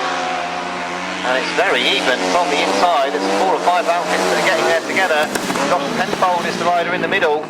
They get together as they go into the turn. Josh Penfold is up the inside. Coming round the outside though is Danny Hill and Harry Hill. They get in front. It's close at the back as well between Tony Penfold and Billy Penfold. So Danny Hill and Harry Hill, they've led a couple of races so far this afternoon, but haven't led them to the checker flag, and at the moment they have got themselves in front, but they've got Josh Penfold and Dan Woodbridge giving them a really hard time. Joe and Jordan Holland are also all over the back of this crew as well, but now they've seemed to have missed the corner a little bit in that third place. So Danny Hill and Harry Hill ahead of Josh Penfold and Dan Woodbridge. Two young crews in this class. Joe Holland as well, another good young upcoming crew there in that third place. So Josh Penfold's got himself past Danny Hill. He comes across the front of him. That was a great move from Josh Penfold as they came past us. He built momentum off the banking, and now Josh Penfold leads. Danny Hill once again has lost a lead, and he doesn't seem to have an answer for Josh Penfold, who looks very, very quick in that first place. So there's one more lap to go here. Danny Hill, he's allowed the bike to run wide, he's allowed the bike to try and go round the outside of Josh Penfold. Josh has now dived to the inside line. Danny Hill's now got to try and do the thinking about where can he go here to try and build some momentum to get past Josh Penfold. But I think Josh Penfold has got this one sewn up as he goes back into that pit corner. So round the final turn, it's going to be a win here for Josh Penfold and Dan Woodbridge. They take the win. Danny and Harry Hill finish second. Joe and Jordan Holland third. Mike Downs and Karl Bedingfield fourth, ahead of Tony Penfold and Harry Gleeson, and Billy Penfold and Callum Ray. So the results of race 33, the left-hand sidecars. It was a win for number 16, Josh Penfold and Dan Woodbridge. Second place, number 124. Danny Hill and Harry Hill. Third place, number 27, Joe and Jordan Holland. Fourth place, number 113, Mike Downs and Karl Bedingfield. Fifth place, number 25, Tony Penfold and Harry Gleeson. And sixth place, number 125, Billy Penfold and Callum Ray. The winning time, 1 minute 47.66, 1 minute 47.66. And we move to the 350 solos, race 34, and we will not be expecting Gareth Hickmott in this one. We're not expecting Michael Parton either, and of course we won't be expecting Michael Peters, who had that nasty tumble earlier on. So it looks like there are five riders on the circuit at the moment. I can see Max Broadhurst is there. Steve Garside, Cameron Taylor. So we've got 6 riders only in this one.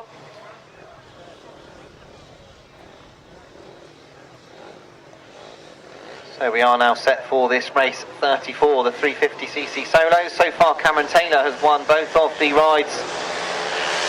And it is Cameron Taylor again who leads as they go off the start line there. Steve Garside, who has come second twice as well, he's the rider that gets into second. Chris Watts is in that third place, ahead of Max Broadhurst. So Cameron Taylor, he really has been in terrific form this afternoon. Sad to see that Paul Hurry has not come to the line this time. Obviously there are problems with Paul Hurry's machine. So Will Thirlby has worked his way past David Hollingsby at the back for that 5th place. And he is now setting about Max Broadhurst. But at the front we're getting a good look at the style of Cameron Taylor. Rider that is certainly in the beginnings of his racing career. Very impressive. He's had a first go on the 500cc class this season as well, and certainly wasn't off the pace there either.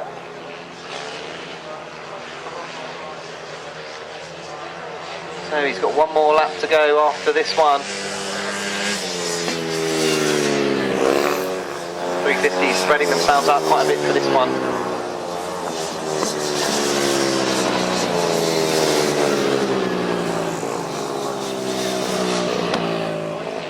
So rider number 101, Cameron Taylor, he comes round the pit bend for the final time and he's going to take the win. It's Cameron Taylor, 3 out of 3 for him. Steve Garside finishes second once again. Chris Watts will pick up third. It's close on the line between Will Thirlby and Max Broadhurst. David Hollingsby picking up 6th. So the results of race 34, the 350 solos, it was a win for number 101, Cameron Taylor. Second place, number 111, Steve Garside. Third place, number 12, Chris Watts.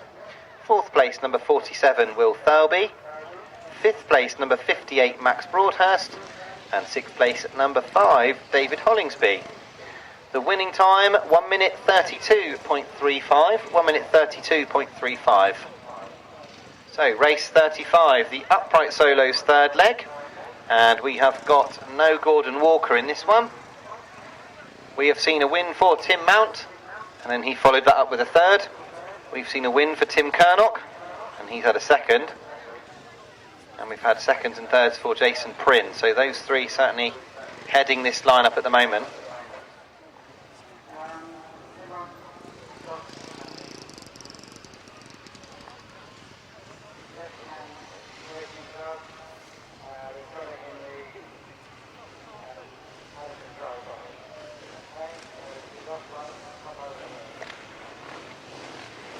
So race 35 is at the tapes, the upright solos. A chance for either Tim Mount or Tim Kernock to stamp their authority on this one. Tapes up, away they go. It is Tim Mount and Tim Kernock who are the two leaders as they head down into the first turn. Tim Mount is the rider that gets there first, just ahead of Tim Kernock. Jason Prynne is going straight round for that outside line, but he's quite a way back here. Tim Kernock's gone up the inside. So Tim Kernock now leads, going back into the pit corner.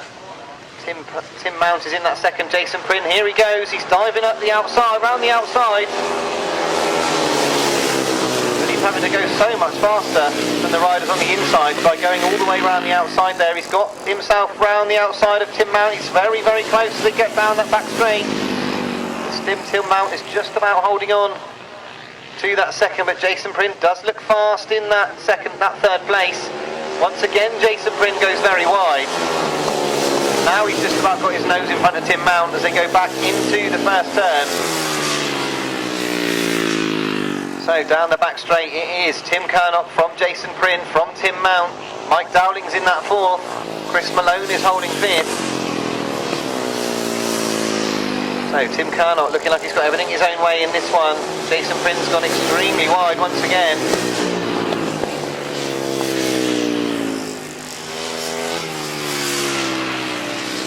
Tom Waddell is the rider at the moment in that fifth place. So, Tim Kernock, as he comes up to some of the back markers to negotiate them, he's going to take a second win here. He's stamped his authority on this upright solo class. It's Tim Kernock who wins. Jason Prynne does pick up that second, ahead of Tim Mount in third. Mike Dowling fourth. Chris Malone will come home fifth. Tom Waddell in sixth.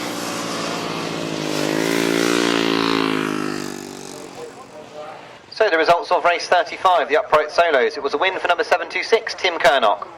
Second place, number 25, Jason Prynne. Third, number 17, Tim Mount. Fourth, number 282, Mike Dowling. Fifth, number 64, Chris Malone. Sixth, number 177, Tom Waddell. Seventh, number 711, Stephen Gallagher. And eighth, number 63, Brian Winslow. The winning time? 1 minute 35.72. 1 minute 35.72. So, race 36, the right-hand sidecars once again. And in this race 36, we have got a change of passenger for Terry Saunders. He has got Carl Pugh in the chair, and so far, Terry and Carl have had 2 wins out of 2, and are going very well. Michael Austin, he's had a win and a second. He comes out of gate 3 in this one. Dale Fish and Jordan Fish, they've also had a win and a second. They come out of gate 2. Rick McCauley has been making some very good starts this afternoon, but he had that breakdown in that last race, you might remember.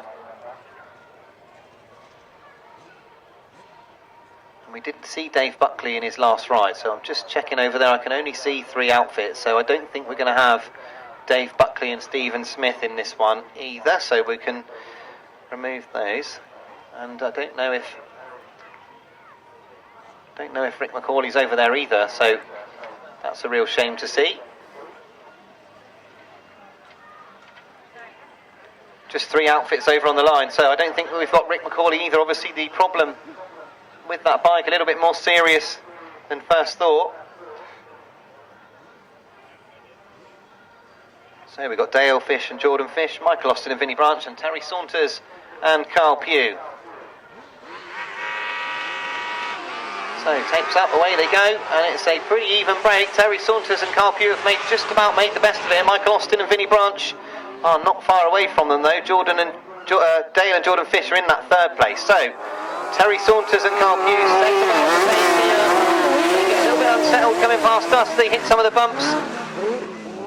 Michael Austin and Vinnie Branch will be looking at the lines that Terry Saunders is taking, wondering if he can make up any ground. And as they come off the banking, Terry Saunders has just accelerated away from outfit number 991.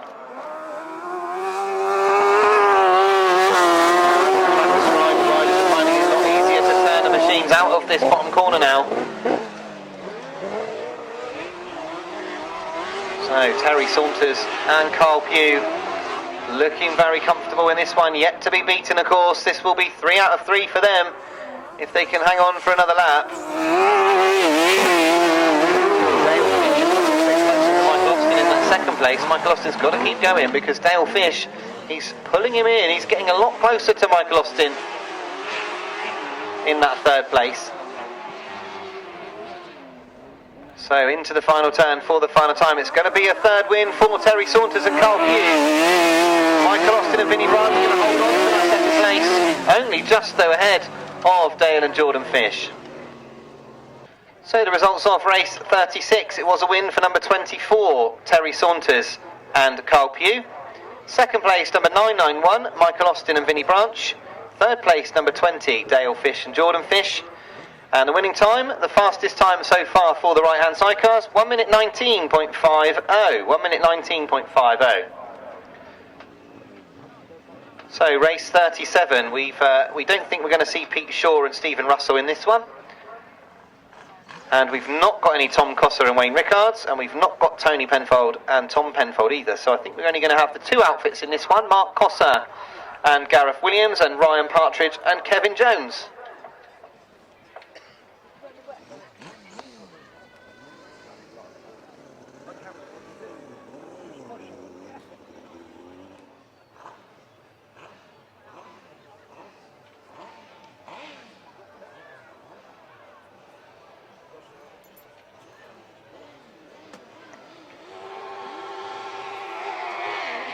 So tapes up on race 37. It's only fitting that outfit number 37 here has got into the lead. I think that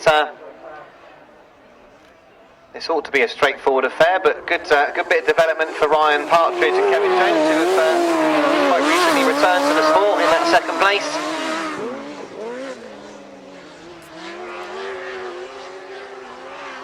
So Mark Cosser and Gareth Williams, this will be 3 out of 3 for them. They really have been the dominant force of the sport over the last decade, even over a decade really. Going to head into the final having not been beaten.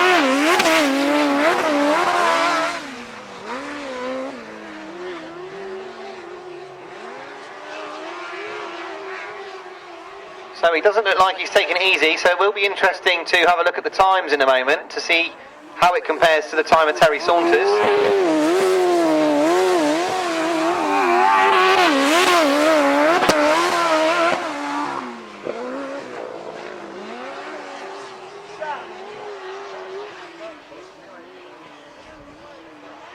So round the final bend for the final time, it's the third win for Mark Cosser and Gareth Williams. They take another win.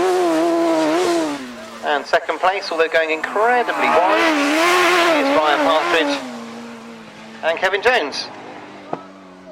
So the results of race 37, it was a win for outfit 37, Mark Cosser and Gareth Williams. They take the win. Second place to 514, Ryan Partridge and Kevin Jones. The winning time, fastest again, 1 minute 18.65. 1 minute 18.65.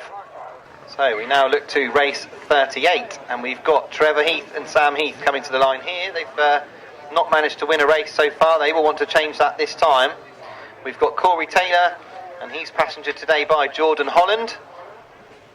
We've got Mick Stace and Conor Measer. No George Penfold and Joseph Lee Knight this afternoon. Dan Berwick and Dan Izard on gate 5, and Wilf and Ricky Pay, who have also yet to win a race as well. So we've got no race winners in this one.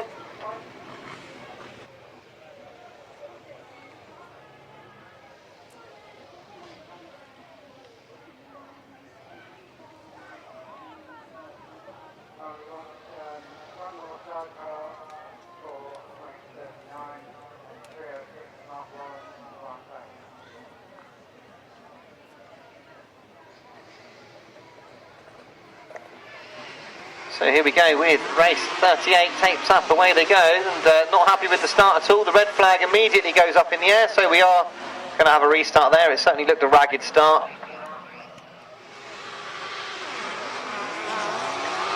So, tapes up then on race 38. It's Trevor Heath and Sam Heath that have made an absolute flyer. They lead going into the turn, ahead of Will Offen and Ricky Pay, who have gone in very, very quickly and had to turn the bike. Sam Heath still looking for their first win. They lead here. Corey Taylor has got himself into that third, although he's just run wide. Looks like there's a problem. That's a shame for Corey Taylor as he goes wide. So at the front, Trevor Heath and Sam Heath looking good here ahead of Will Offen and Ricky Pay. Mick Stace here in that third place, picking up some more valuable points.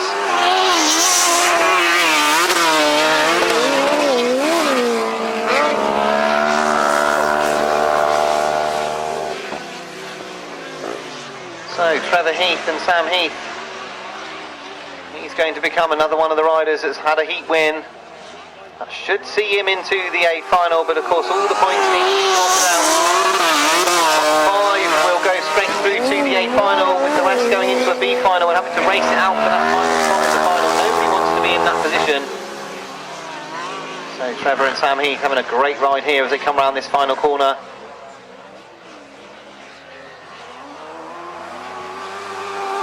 So it's a win for outfit number 191. They take the win ahead of number 80, Will Offen and Ricky Pay. Mick Stace finishes in third, and it's Dan Berwick who finishes fourth. So the results of race 38, it was a win for number 191, Trevor Heath and Sam Heath. Second place, number 80, Will Offen and Ricky Pay. Third place, number 18, Mick Stace and Connor Measer. Fourth place, number 68, Dan Berwick and Dan Izzard. The winning time, 1 minute 21.90, 1 minute 21.90. And then we've got one more race here to complete this right-hand sidecar competition. We've got no number 98 Joe Mogg here, and we've got no Mark Warren and Ryan Barker number 306. So we have got Steve Smith and Gareth Little. They had a win last time out. We've got Simon Beanie and Adrian North. We've got Matt Fumarola and Andy Wilson. They had a win last time out as well. And we've got Paul Whitelam and Richard Webb, who have yet to take a win.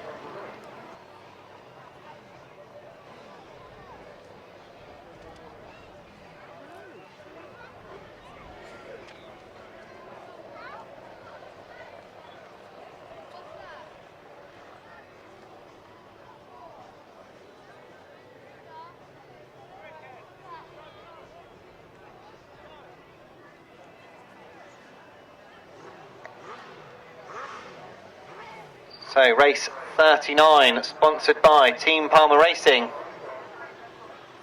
is at the start.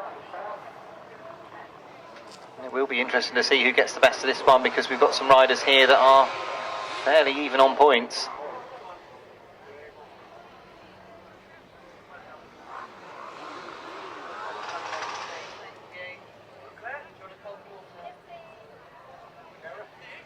So here we go then, race 39. There's a problem on the inside there. I think that's Steve Smith there on the inside that's having a bit of a problem. Not sure what the issue is there though.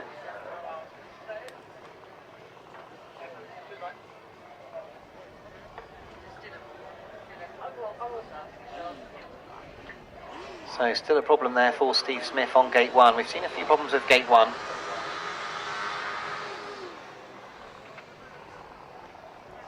So once again there's a problem there. I think that they're struggling to keep the machine off of the tapes. It's rolling forward. It is a little bit downhill on the outside, on the inside over there anyway.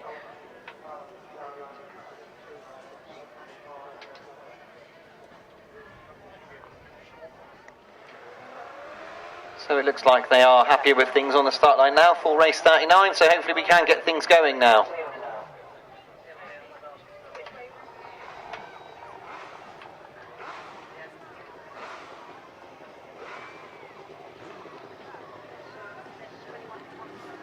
So now it looks like there's a problem on the outside, possibly, for Paul Whitelam.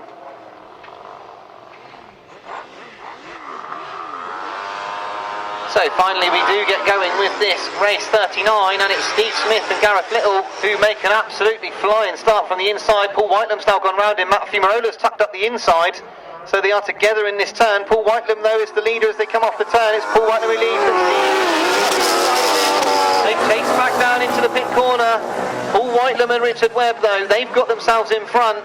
They are the crew that haven't managed to win a heat so far this afternoon, and they are making sure that they do so here to see their way into the final. Matthew Marola and Andy Wilson won't feel too comfortable in that third place. They will want to get past Steve Smith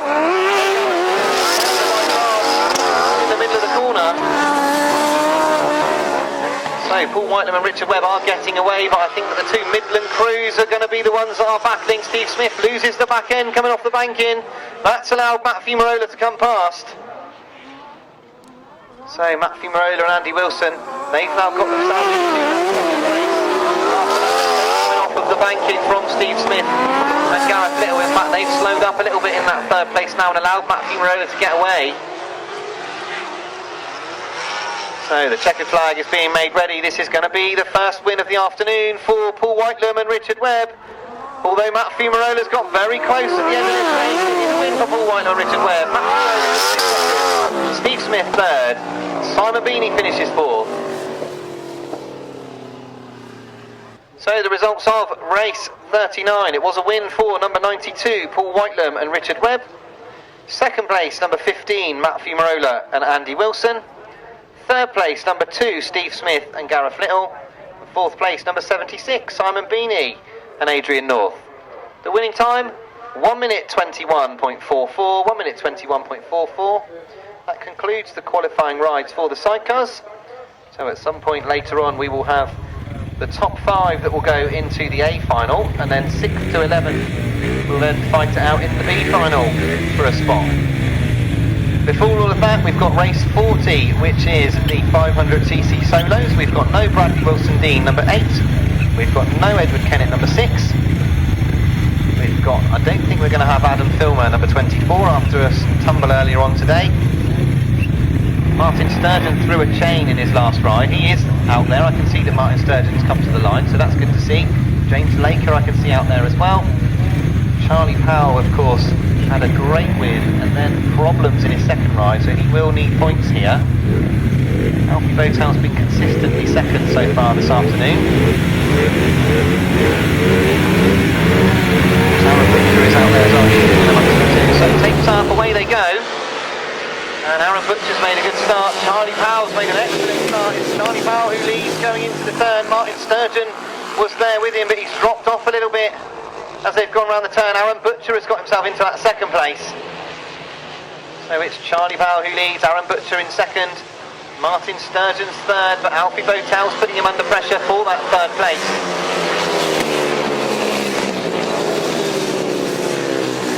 So Charlie Powell with the machine bucking underneath him as he comes around the turn. He looks very quick. He's looked quick all afternoon.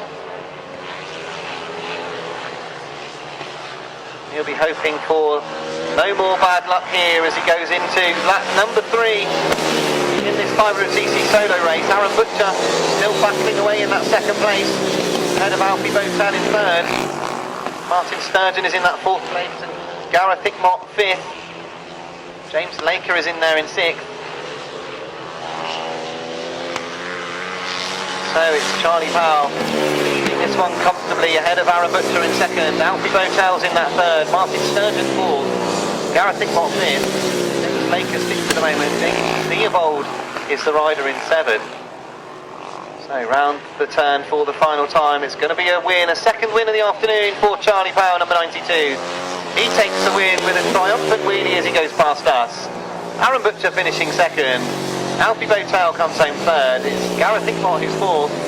Martyn Sturgeon 5th. James Laker 6th. And James Theobald in 7th.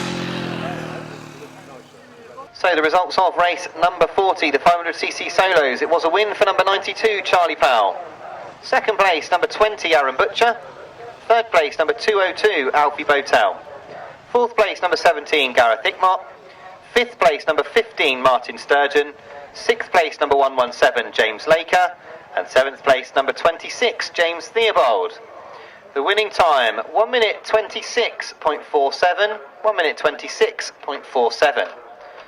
Can we have the solo, 250 solos up for their final? And we need numbers 46, 26,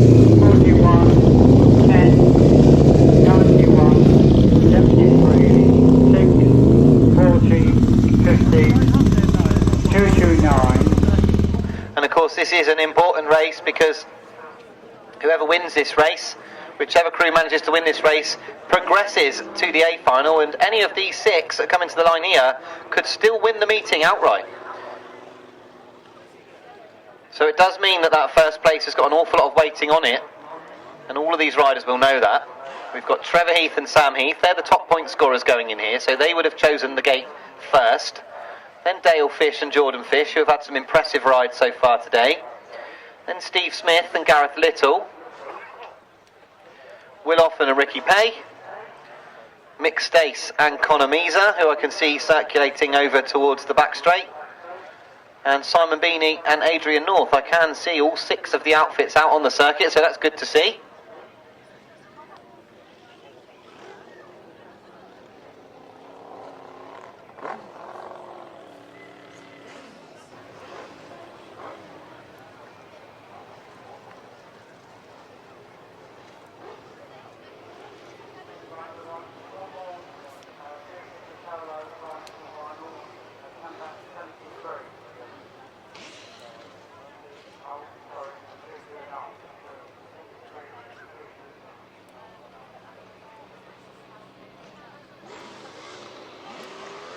So here we go then, race 42 is at the tapes, and I think that's one of the riders has touched the tapes there on the start line. So they'll go back and do it again. So they are over there still fixing the tape, I can see, but the riders have rolled themselves back onto the start, ready for the rerun of race 42.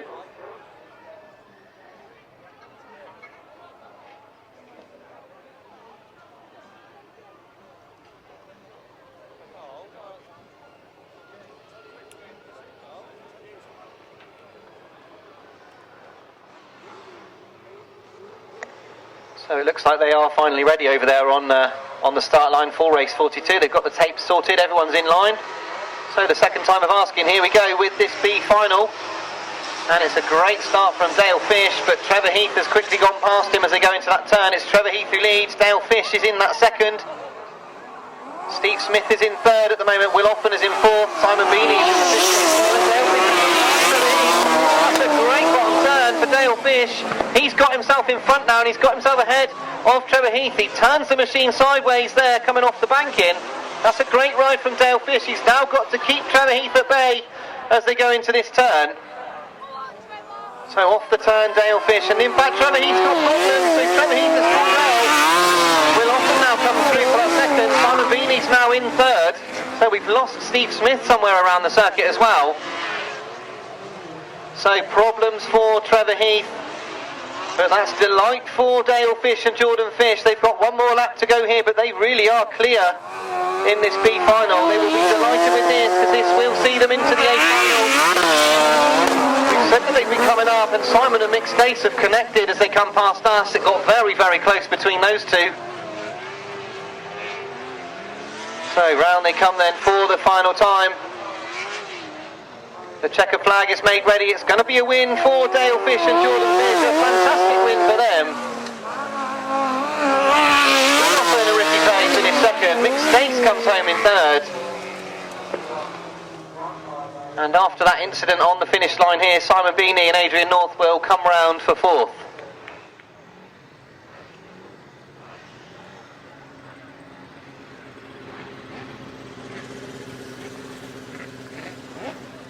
So the results of race 42, the Sidecar B final. It was a win for number 20, Dale Fish and Jordan Fish. They progressed to the final. Second place goes to number 80, Will Offen and Ricky Pay. Third place, number 18, Mick Stace and Conor Meza. And fourth place, number 76, Simon Beanie and Adrian North. The winning time, 1 minute 21.47. 1 minute 21.47. So we now turn our attention to the 250cc solo final. And we have got, coming to the line, Austin Riches, number 46. It has to be said, really, this event this afternoon has been completely wide open all afternoon. So Austin Riches is topping the points. We've got Luke Harris, number 26, Hayden Watts, number 41, Tim Greig, number 10, 91, Russell Little, Karl Bedingfield, number 73, Max Derrick, number 6, 40, Jake Breeze, Adam Hawker, number 50, And Richie Knight completes the lineup of 10 for this 250 solo final. It is a winner-take-all final, so the first past the post will be the winner today for this event.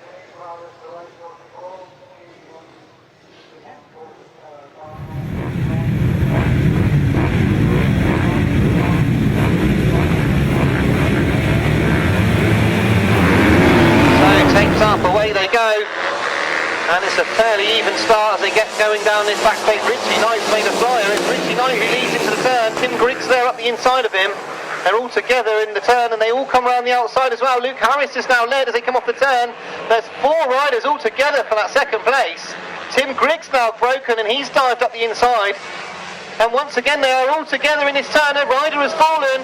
There is a fallen rider. I think that's Hayden Watts that's fallen. In fact, it's not Hayden Watts. He's up and he's coming past us. Austin Riches that fell on that top corner. He is clearing the track though, so we carry on here. Russell Little has fought his way into that third ahead of Richie Knight. And now the scrap is going on for 5th place. So a brilliant lap of racing there from these 250s. But Luke Harris has emerged. He's got a dominant lead here in this 250 final. Tim Greig is now being hounded by Russell Little for that second. Russell Little goes up the inside of Tim Greig. So Russell Little has now taken over that second place from Tim Greig. They're squabbling away still in that 5th, 6th, 7th and 8th position. Russell Little then, he goes chasing after Luke Harris. Tim Greig is now having a go back at Russell Little. There's one more lap to go here. Luke Harris really is looking away and dry here, so Tim Greig is in this battle for 2nd, 3rd and 4th. Richie Knight's not too far away as well, but it looks like Russell Little has got a little bit of daylight between himself and Tim Greig. So into the final bend they go. Luke Harris, he turns the bike hard. He's going to take a win here. It's a great win for Luke Harris, number 26. He takes the win. Russell Little, number 91, finishes 2nd. Tim Greig in 3rd. Richie Knight 4th. Jake Breeze finishes 5th ahead of Max Derrick, Adam Hawker and Karl Bedingfield. A tremendous 250 final. They've been absolutely at it all day long. We knew it was going to be a good final, but Luke Harris comes out on top. So give them a round of applause as they come past us. Some tremendous racing in the 250 class this afternoon. Fantastic racing from all of these guys.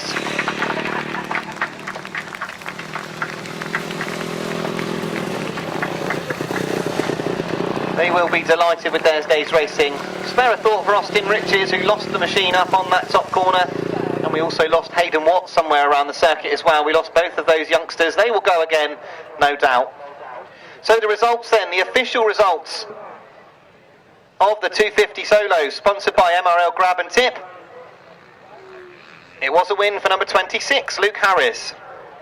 2nd place, number 91, Russell Little. 3rd place, number 10, Tim Greig.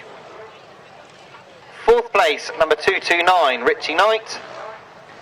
5th place, number 40, Jake Breeze. 6th place, number 6, Max Derrick.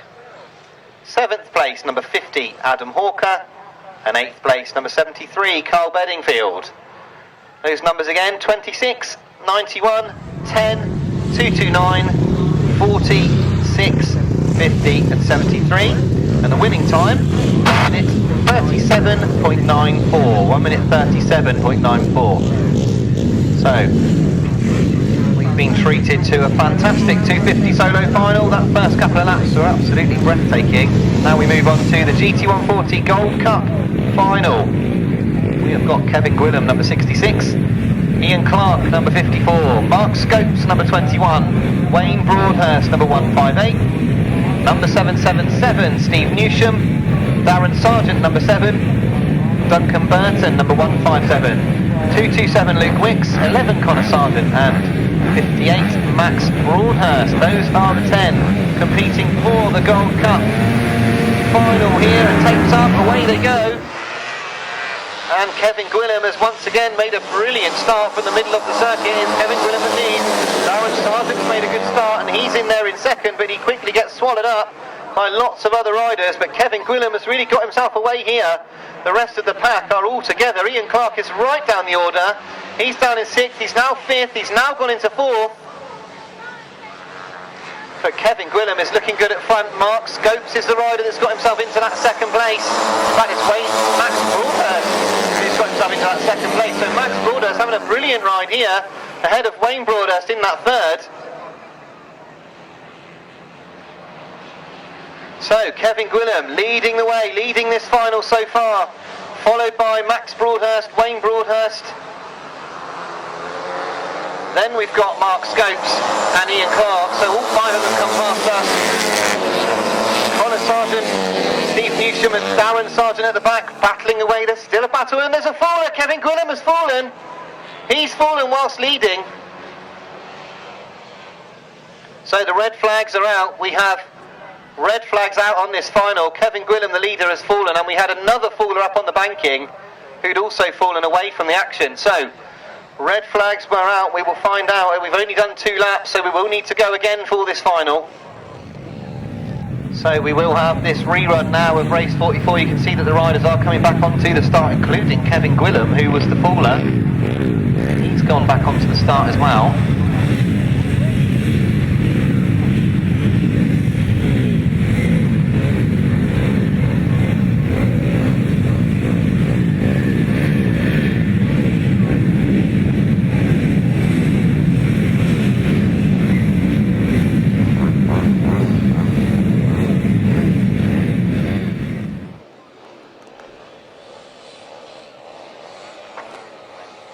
So the last rider comes into line then for race 44, the GT140 Solo Gold Cup final.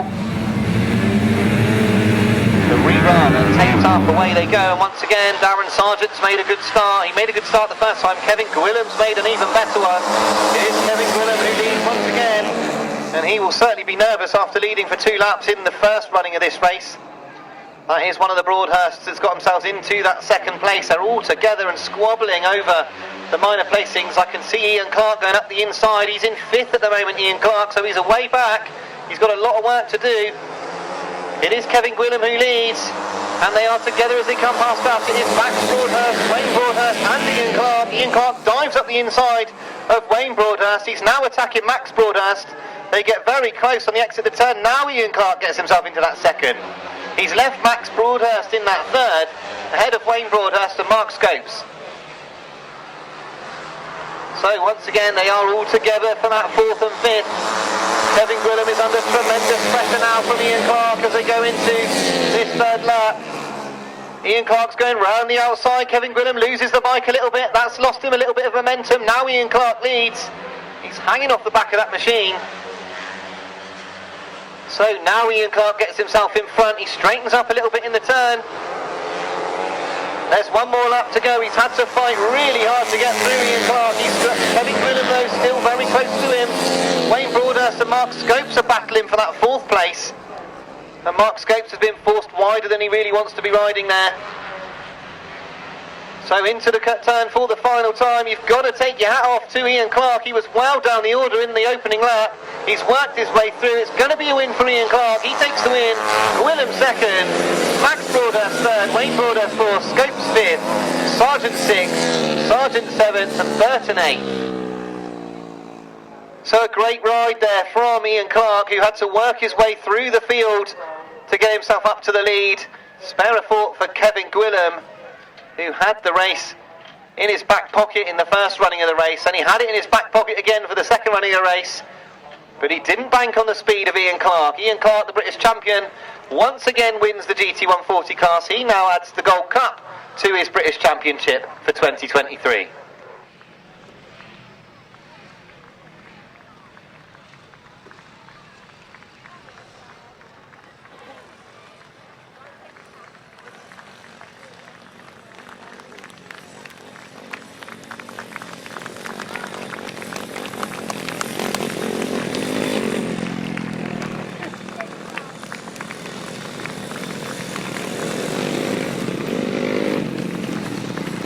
So some great racing for the GT140s in what was a big track for these little engines. I'm sure that they will have been working very, very hard this afternoon on such a large track for them. I'm sure that the riders have really enjoyed riding around such a big fast track.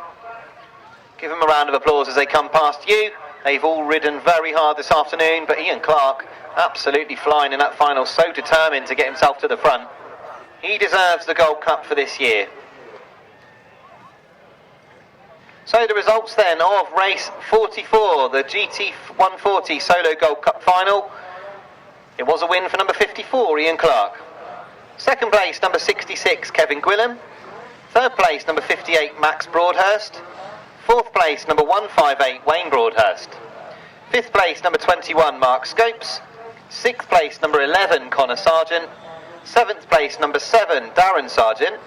And eighth place, number 157, and that is Duncan Burton. The winning time, 1 minute 43.15. 1 minute 43.15. So we now come to the fourth leg for the upright solos, and so far Tim Kernock leads with 40 points. We have got Tim Mount with 34 points, so barring any disasters here, Tim Kernock ought to be able to win this one. Jason Prynne is also on 34 points, so he's got a 6-point lead here, Tim Kernock, going into this one. So he could afford some of the riders, Jason Prynne or Tim Mount, to beat him by a considerable distance, and he should still win this. Of course, he'll want to win another race, so he won't want to be beaten here. Tim Kernock, he'll certainly want to win his third race.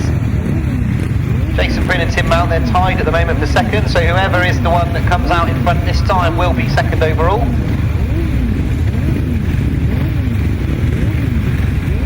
And then Chris Malone and Mike Dowling are a little bit further down the order with 25 points.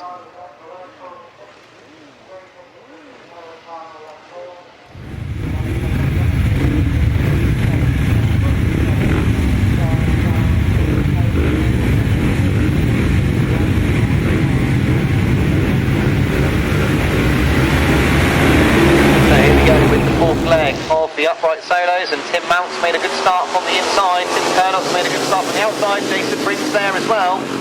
So all the main protagonists are there in that first turn. Jason Prynne's gone very wide. He's gone to go round the outside of Tim Mount, but again he's run out of space and he's allowed Tim Kernock up the inside of him.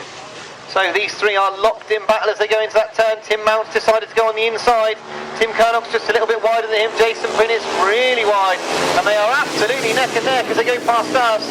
After the first lap, they are completely tied together, and look at these three go for it. Tim Mount's now allowed Jason Prynne and Tim Kernock to go away from him a little bit. Tim Kernock's come up the inside. So tremendous racing here from the uprights once again. Jason Prynne on that wide line with the leg trailing action that we know him for. They are still neck and neck. Tim Mount's now been dropped off, but Tim Kernock and Jason Prynne, they're still neck and neck after 2 laps. So down the back straight, it looks like Tim Kernock has now got a little bit of space between himself and Jason Prynne as they move into the latter stages of this race, although Jason Prynne once again has gone on that wide line. He's very quick off the banking on that wide line. There's one more lap to go here for Tim Kernock. Either way here, Tim Kernock is going to be the winner of today's competition, but he will want to win this one. He's now got a nice gap between himself and Jason Prynne. I think Jason has now settled for that second place. So it's going to be a win for Tim Kernock, and he wins the meeting overall. Jason Prynne finishes second. Tim Mount comes home third, ahead of Mike Dowling in fourth. Chris Malone finishes fifth. Martyn Adams in sixth. And Tom Waddell comes home in seventh.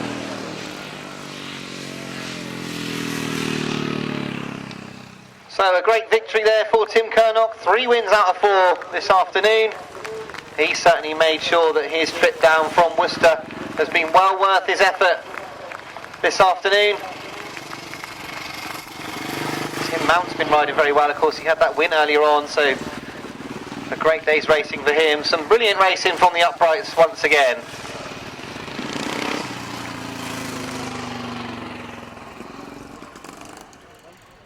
So the official results of race 45, the upright solo leg 4. It was a win for number 726, Tim Kernock. Second, number 25, Jason Prynne. Third, number 17, Tim Mount. Fourth, number 282, Mike Dowling. Fifth, number 64, Chris Malone. Sixth, number 12, Martyn Adams. Seventh, number 177, Tom Waddell. Eighth, number 711, Stephen Gallagher. And ninth, number 63, Brian Winslow. The winning time, 1 minute 35.41. 1 minute 35.41. I can tell you that Tim Kernock is the winner overall with 54 points. Jason Prynne is second with 46 points. Tim Mount is third with 44 points. Mike Dowling is fourth. Chris Malone is fifth. And Tom Waddell is 6th. So we now move on to leg 4 for the 350cc solos. We've got no Gareth Hickmott, no Michael Peters, no Paul Hurry, and no Michael Parton either. So we've got 6 riders over there on the line. Cameron Taylor, of course, has won all 3 of the heats of these so far. He certainly is by far and away the favourite to win this one too. So here we go with the 350s. The tapes go up, away they go, and it is Cameron Taylor from the outside, followed by Steve Garside, number 111, who hits the turn.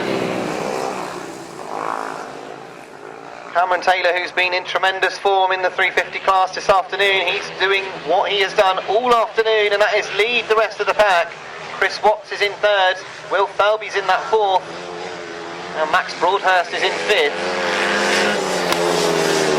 So Cameron Taylor leads from Garside, Watts, Thelby, Broadhurst and Hollingsby. As they come down the back straight, Cameron Taylor. He was certainly put under a lot of pressure earlier on in the day when Paul Hurry was riding in the class, but Cameron Taylor has been absolutely faultless since then. So Will Thelby is now starting to put Chris Watts under pressure for his 3rd place. 2 at the front are absolutely clear here, but Chris Watts and Will Thelby, so that there might be a bit of racing to be done here in this last lap. 1 more lap to go then for Cameron Taylor, and 1 more for Steve Garside. Will Thelby's gone very, very wide, and he's allowed Chris Watts to get away from him in that 3rd place.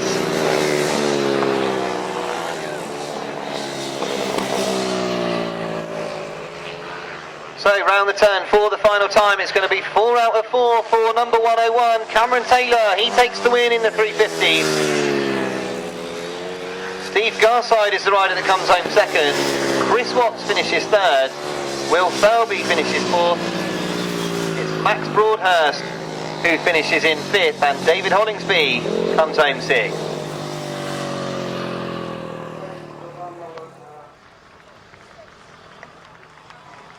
So give these riders a round of applause, especially Cameron Taylor. Spare a thought for Michael Peters, who has ended today with a nasty injury in this class. Hopefully he makes a full and quick recovery. But Cameron Taylor really has been dominant in this class today, so well done to him. He really is a big prospect for the future.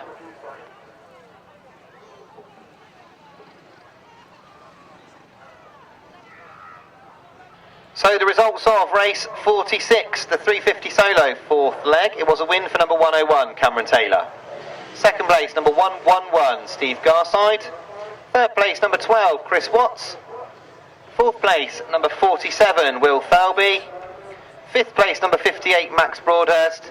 And 6th place, number 5, David Hollingsby.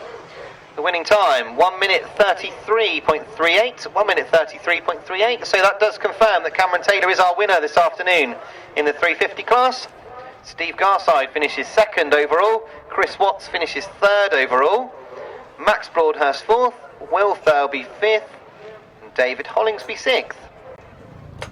So we now move to the left-hand sidecar final, and we have got the reigning British champions, Michael Phillips and Tim Phillips here as top point scorers. They've gone right to the outside of the grid, I can see over there. Right next to them we've got outfit number 128, Martin Cup and Colin Clark.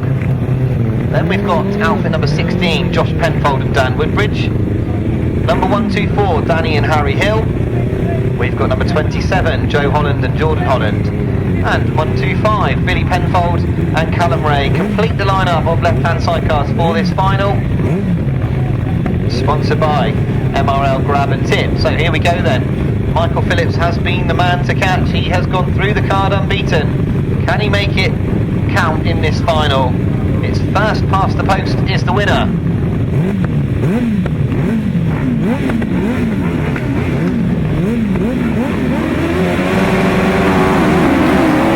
So tapes up, away they go, and Michael Michael Phillips has made a good start, but Martyn Cuff and Colin Clark have made an even better one. It's Martyn Cuff and Colin Clark and Michael Phillips are heading to that turn together. Joe Holland's gone across the corner. It's got very close in the turn. Josh Penfold's tucked up the inside. It's Martyn Cuff who leads. Josh Penfold's got up the inside of Michael Phillips, who slows in the back straight and allows Joe Holland past him.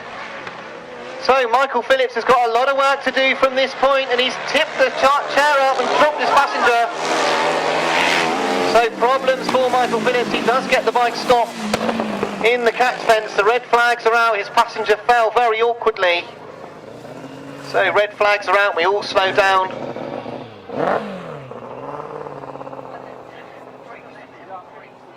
So good to see that the fence did its job.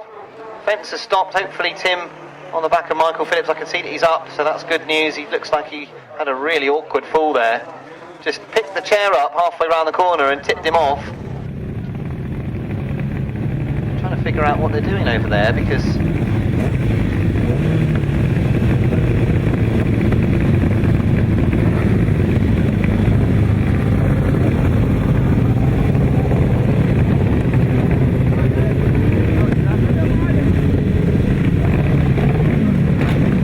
yeah, it does not look like Michael Phillips is going in this free run at the moment. He's going back to the pit box, so that is a real shame for the British champion.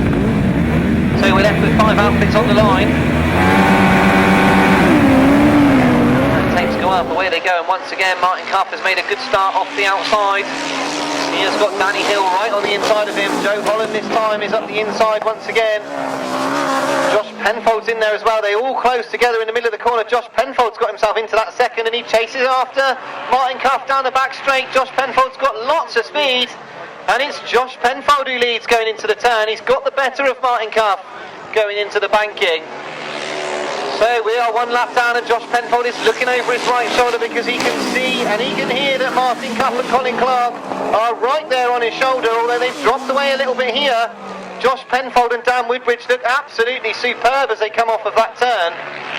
They've actually got themselves away from Martyn Cuff and Colin Clark a little bit here. Danny Hill and Harry Hill are in that 3rd. Joe Holland is in that 4th. Billy Penfold in 5th. But Josh Penfold and Dan Woodbridge looking absolutely brilliant here as they go into this 3rd lap. Martyn Cuff and Colin Clark, they're still there with them. Any mistakes from Josh Penfold and Martyn Cuff will be through, but that's a really good ride from Josh Penfold as he comes round that top corner. So he's got to keep things tidy here. He's got to keep things under control as he comes around that turn. He's got the machine sideways. 1 more lap to go here for Josh Penfold and Dan Woodbridge. They're pulling away now from Martyn Cuff and Colin Clark as this race develops. And Danny Hill is now starting to look like he's getting on terms with Martyn Cuff and Colin Clark as well. So Josh Penfold and Dan Woodbridge, a tremendous ride. They were nowhere going into the first corner. They fought their way through. They've got themselves to the front. This really is a sensational win. It's Josh Penfold and Dan Woodbridge who win. Martyn Cuff and Colin Clark hang on to 2nd. Danny and Harry Hill 3rd. Joe and Jordan Holland 4th. Billy Penfold and Callum Ray 5th.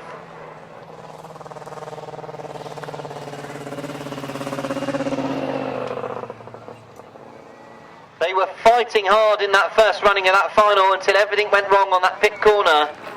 They will fight another day, of course. They defend their title here in August. They will be defending their British title. But Josh Penfold and Dan Woodbridge, a fantastic performance from them. Outfit number 16 are the winners, and they deserve it too.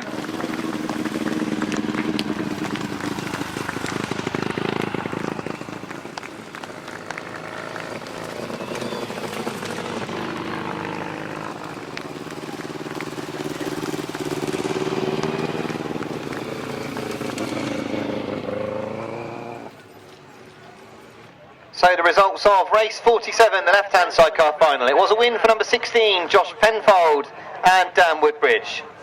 Second place, number 128, Martyn Cuff and Colin Clark. Third place, number 124, Danny Hill and Harry Hill. Fourth place, number 27, Joe Holland and Jordan Holland. Fifth place, number 125, Billy Penfold and Callum Ray. The winning time, 1 minute 46.10, 1 minute 46.10.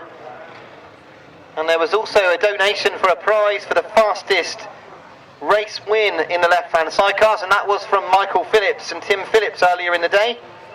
So they've got a prize to collect as well for the fastest left-hand sidecar this afternoon. We've got Arran Butcher, number 20. We've got Alfie Bowtell, number 202. Charlie Powell, number 92, has had 2 very good wins. Chad Wirtzfeld, number 69, he's been going very well too. Gareth Hickmott, number 17. 117, James Laker. We've got 26, James Theobald. 47, Will Thalby. We've got Martyn Sturgeon, number 15. And James Peters, number 45 as well. So I can see that Arran Butcher has come onto the start. He's gone out towards the outside. Arran's been doing a lot of speedway this year with the Mildenhall Fen Tigers, getting lots and lots of laps under his belt. Alfie Bowtell, of course, rides for the Birmingham Brummies and the Mildenhall Fen Tigers, so Arran Butcher and Alfie Bowtell know each other very well. Charlie Powell has looked very quick when he's led. So all the riders favouring that outside line. It obviously gives them a better run into the first turn.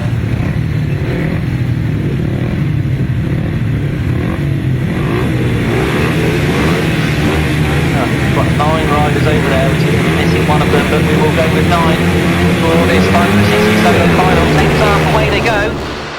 And the riders from the outside do have an even break. It's Alfie Bowtell who's made a good start. He's up the inside, but coming roaring around the outside is Charlie Powell. Charlie Powell goes right round the outside. Alfie Bowtell's in that second place.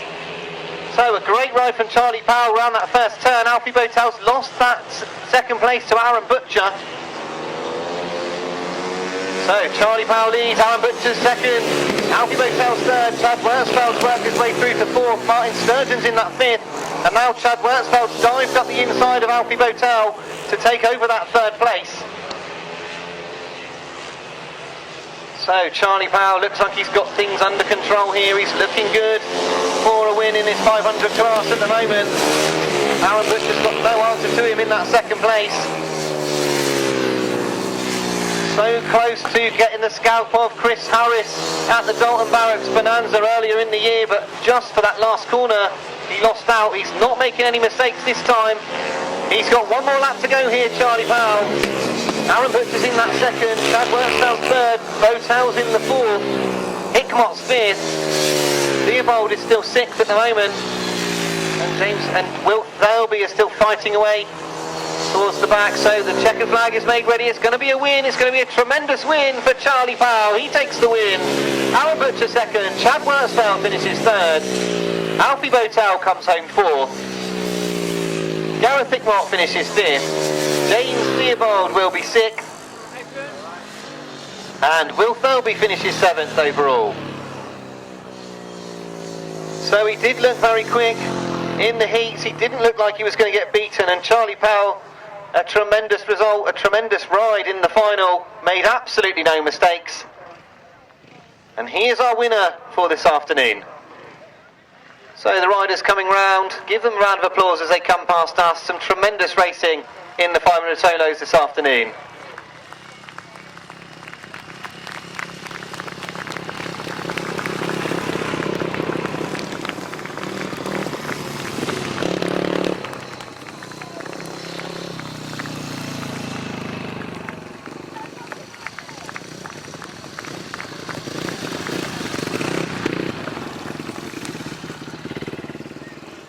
So the results then of race 48, the 500cc solo final, sponsored by MRL Grab and Tip. It was a win for number 92, Charlie Powell.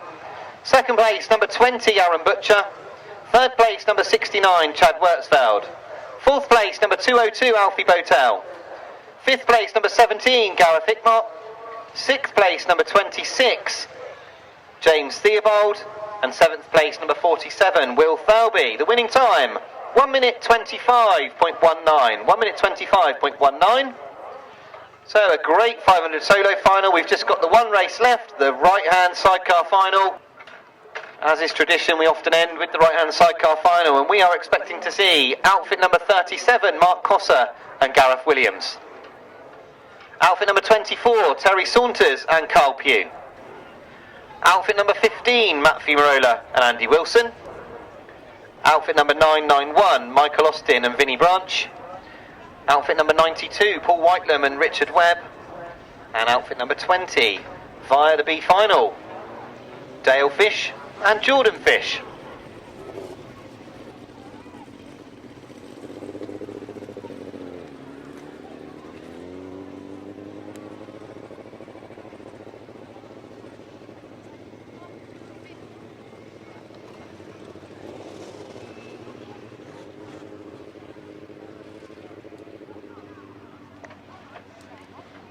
So, just to let everybody know, after this race, that will be the races completed. We will have the presentation behind us. The club have asked that if you could loosen the ropes, but please do not loosen the stakes. The stakes are staying in for the next meeting in August. The British Championships on the 27th of August, so do not loosen the stakes. But the ropes, that would be very useful if you could loosen the ropes.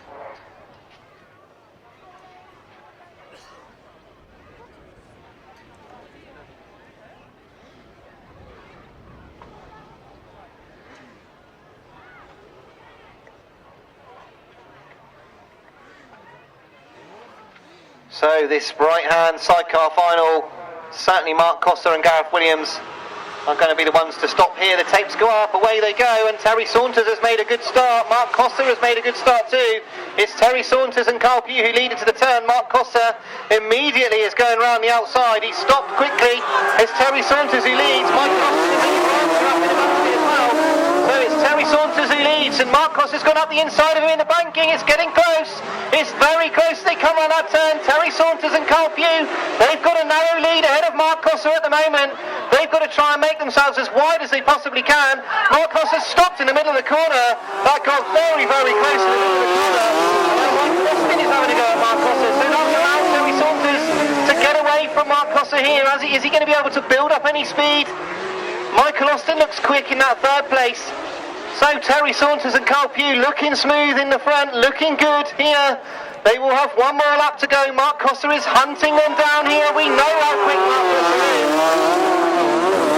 So one more lap to go. Terry Saunders, he's got to think about what he's doing here. Does he go defensive? Does he keep attacking? Because Mark Costa's really quick on the back straight. He is very, very quick down that back straight. This is going to be very close in this turn. Into the turn they go. Mark Costa is looking to see where Terry rides. They look it up, it's close to the line. Just about Terry Saunders. A fabulous ride by Terry Saunders. Mark Costa finishes second, Michael Austin third. Well, we don't see it very often. The all-conquering Mark Costa. Things went wrong in the race, and Terry Saunders, a brilliant start. Terry Saunders and Karl Pugh, they take the win. They take the scalp of Mark Costa and Gareth Williams. A fantastic right-hand sidecar final. Give them a round of applause as they go past. Some brilliant racing this afternoon.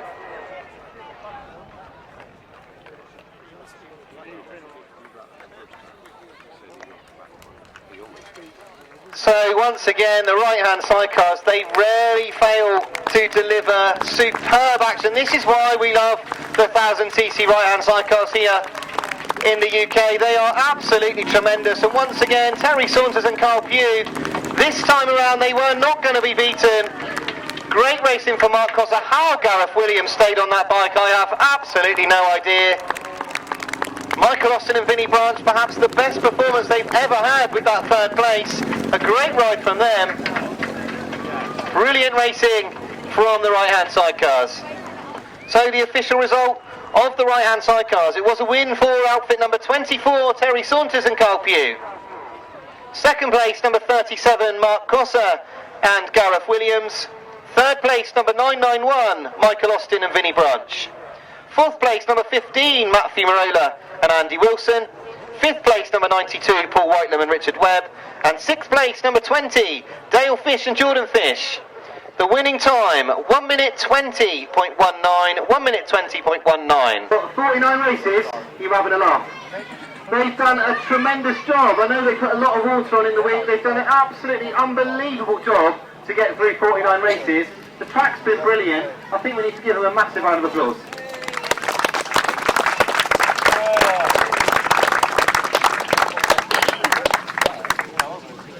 Can we have Tony Watson up here, please? You must be Tony Watson. Come on up, sir.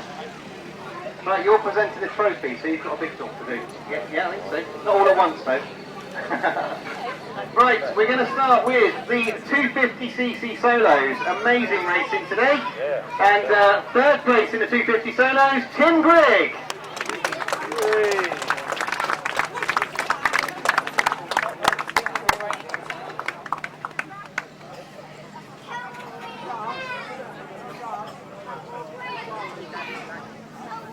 And in second place in the 250 solos, he's got a bit of Grasstrack banter bragging rights over the next couple of weeks, Russell Little!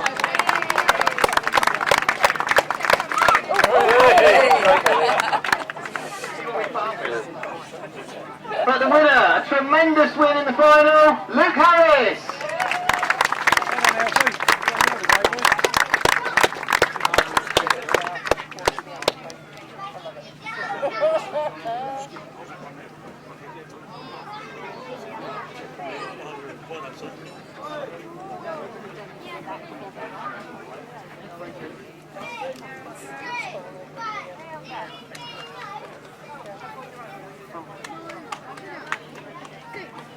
I think they're ready to go. Yeah, well done to our 250 winners. I wanted to ask Tim about Russell's dive bomb, but he's gone off too quick. So next up we've got the 350 solos. Once again some great racing, but of course our thoughts are with Mike Peters, who's had a pretty nasty off. We hope that he's okay. I'm sure that we'll hear soon. But in third place, Chris Watts.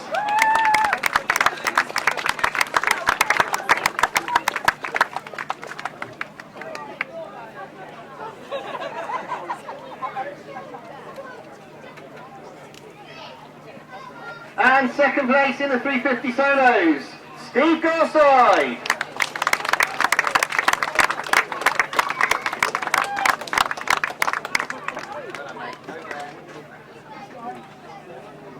And the winner in the 350 solos, a completely flawless performance today. He is a real talent for the future, Cameron Taylor.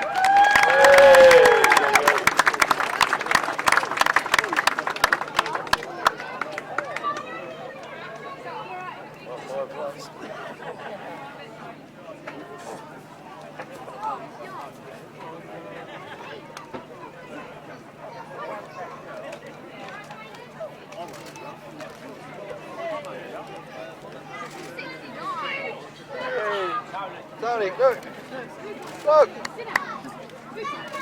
So well done to our 350 winners, Cameron Taylor, Steve Garside and Chris Watts. So now on to the upright solos. Once again a really open class today. He won the opening race and then has ended up falling down the order, but some brilliant racing, probably the best he's ridden for years. Third place, Tim Mount.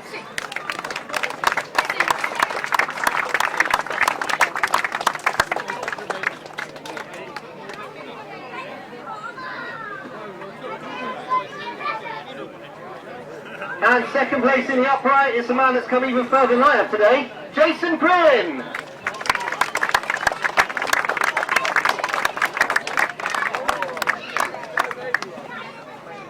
He's come a long way from the back as well.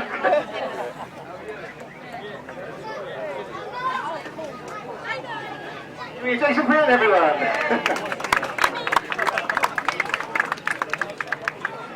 And the winner of the uprights, great to see this guy going so well once again, Tim Greig.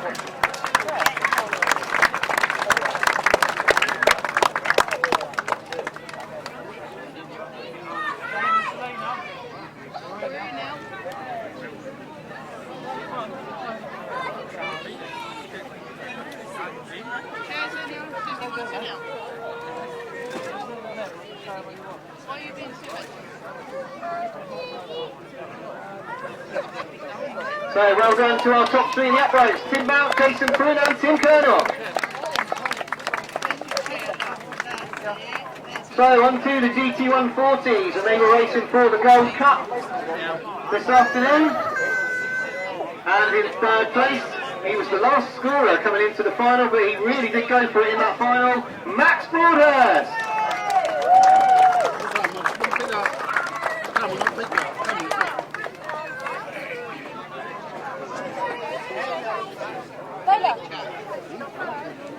And second place, he led it and fell, he led it again and then got beaten. It's Kevin Graham.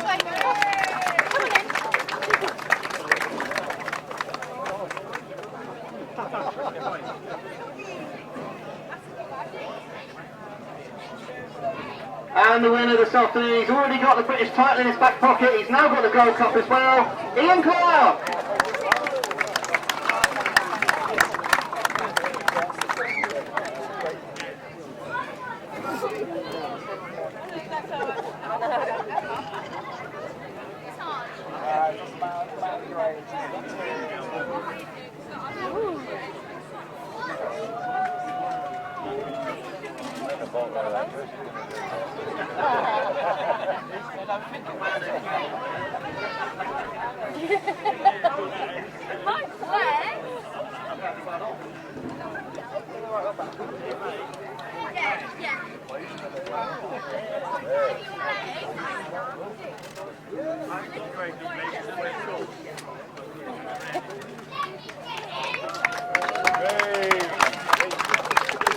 So well done to our GT140s, Max Broadhurst, Kevin Graham and our winner Ian Clark.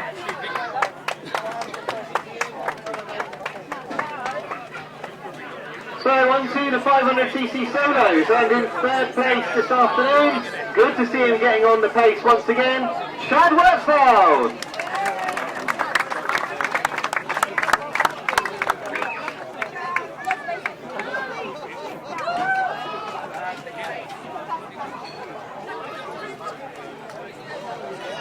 And second place this afternoon, great to see him back on the grass after doing lots of speedway earlier in the year, Arran Butcher.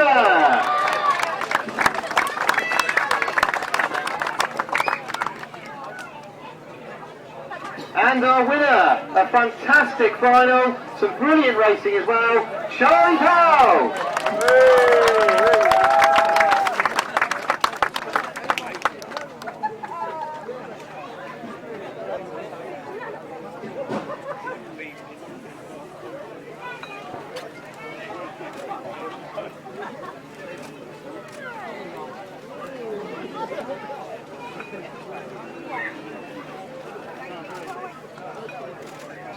So well done to our top threes in the 500cc solos, Arran Butcher, Chad Wirtzfeld and Charlie Powell. So now on to the sidecars, and third place this afternoon, probably their best result to date, Michael Austin and Vinnie Bunch.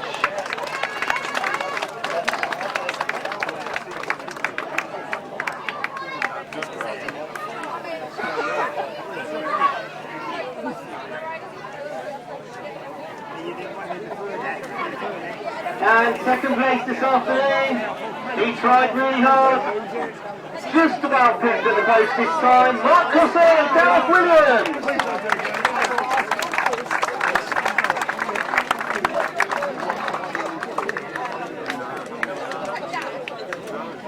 They're also a long way away, on the way.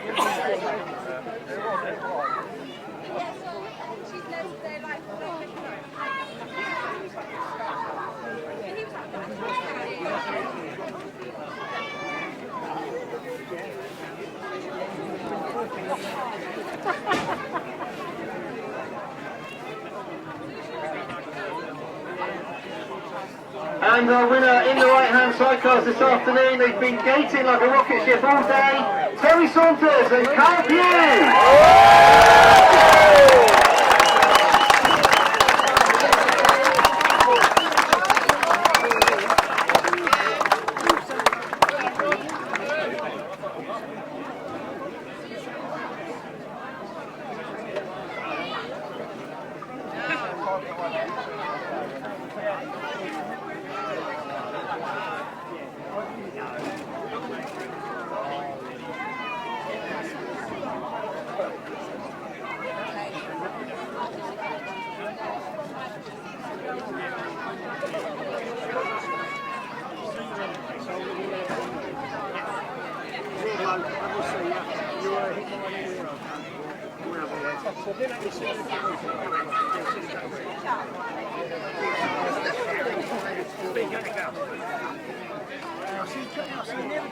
That's it, our winners for this afternoon's right-hand side card. Third place, Michael Austin and Vinnie Grant.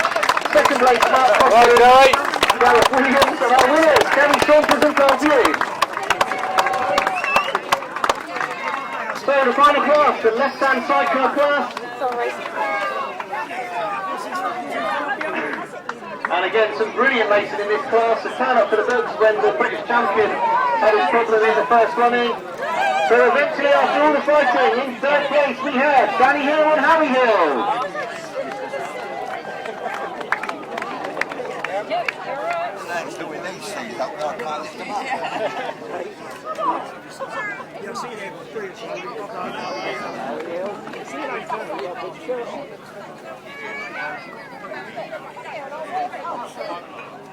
And in second place in the left-hand sidecars today, Martin Cuff and Colin Clark.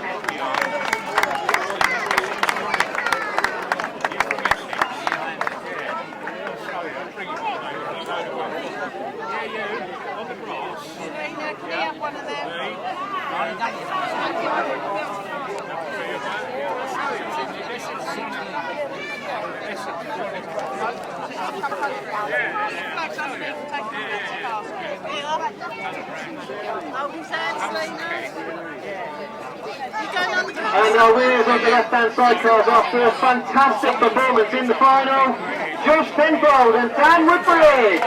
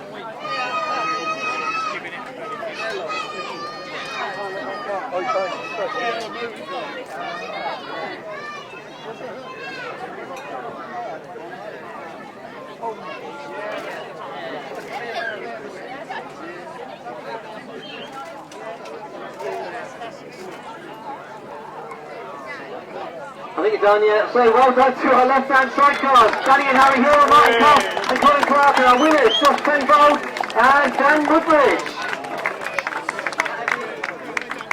And that is everything. So I'd like to wish you all a safe journey home. We've got a couple of months of brilliant grass tracks up ahead of us. We've got the Masters, the Brits, a whole load of other meetings, the Bracey weekend are coming up, loads of grass tracks. Our grass track family's been hurting lately. We've had a lot of things that have gone wrong for us. Let's hope for a couple of months of brilliant grass track racing. Safe journey, everybody.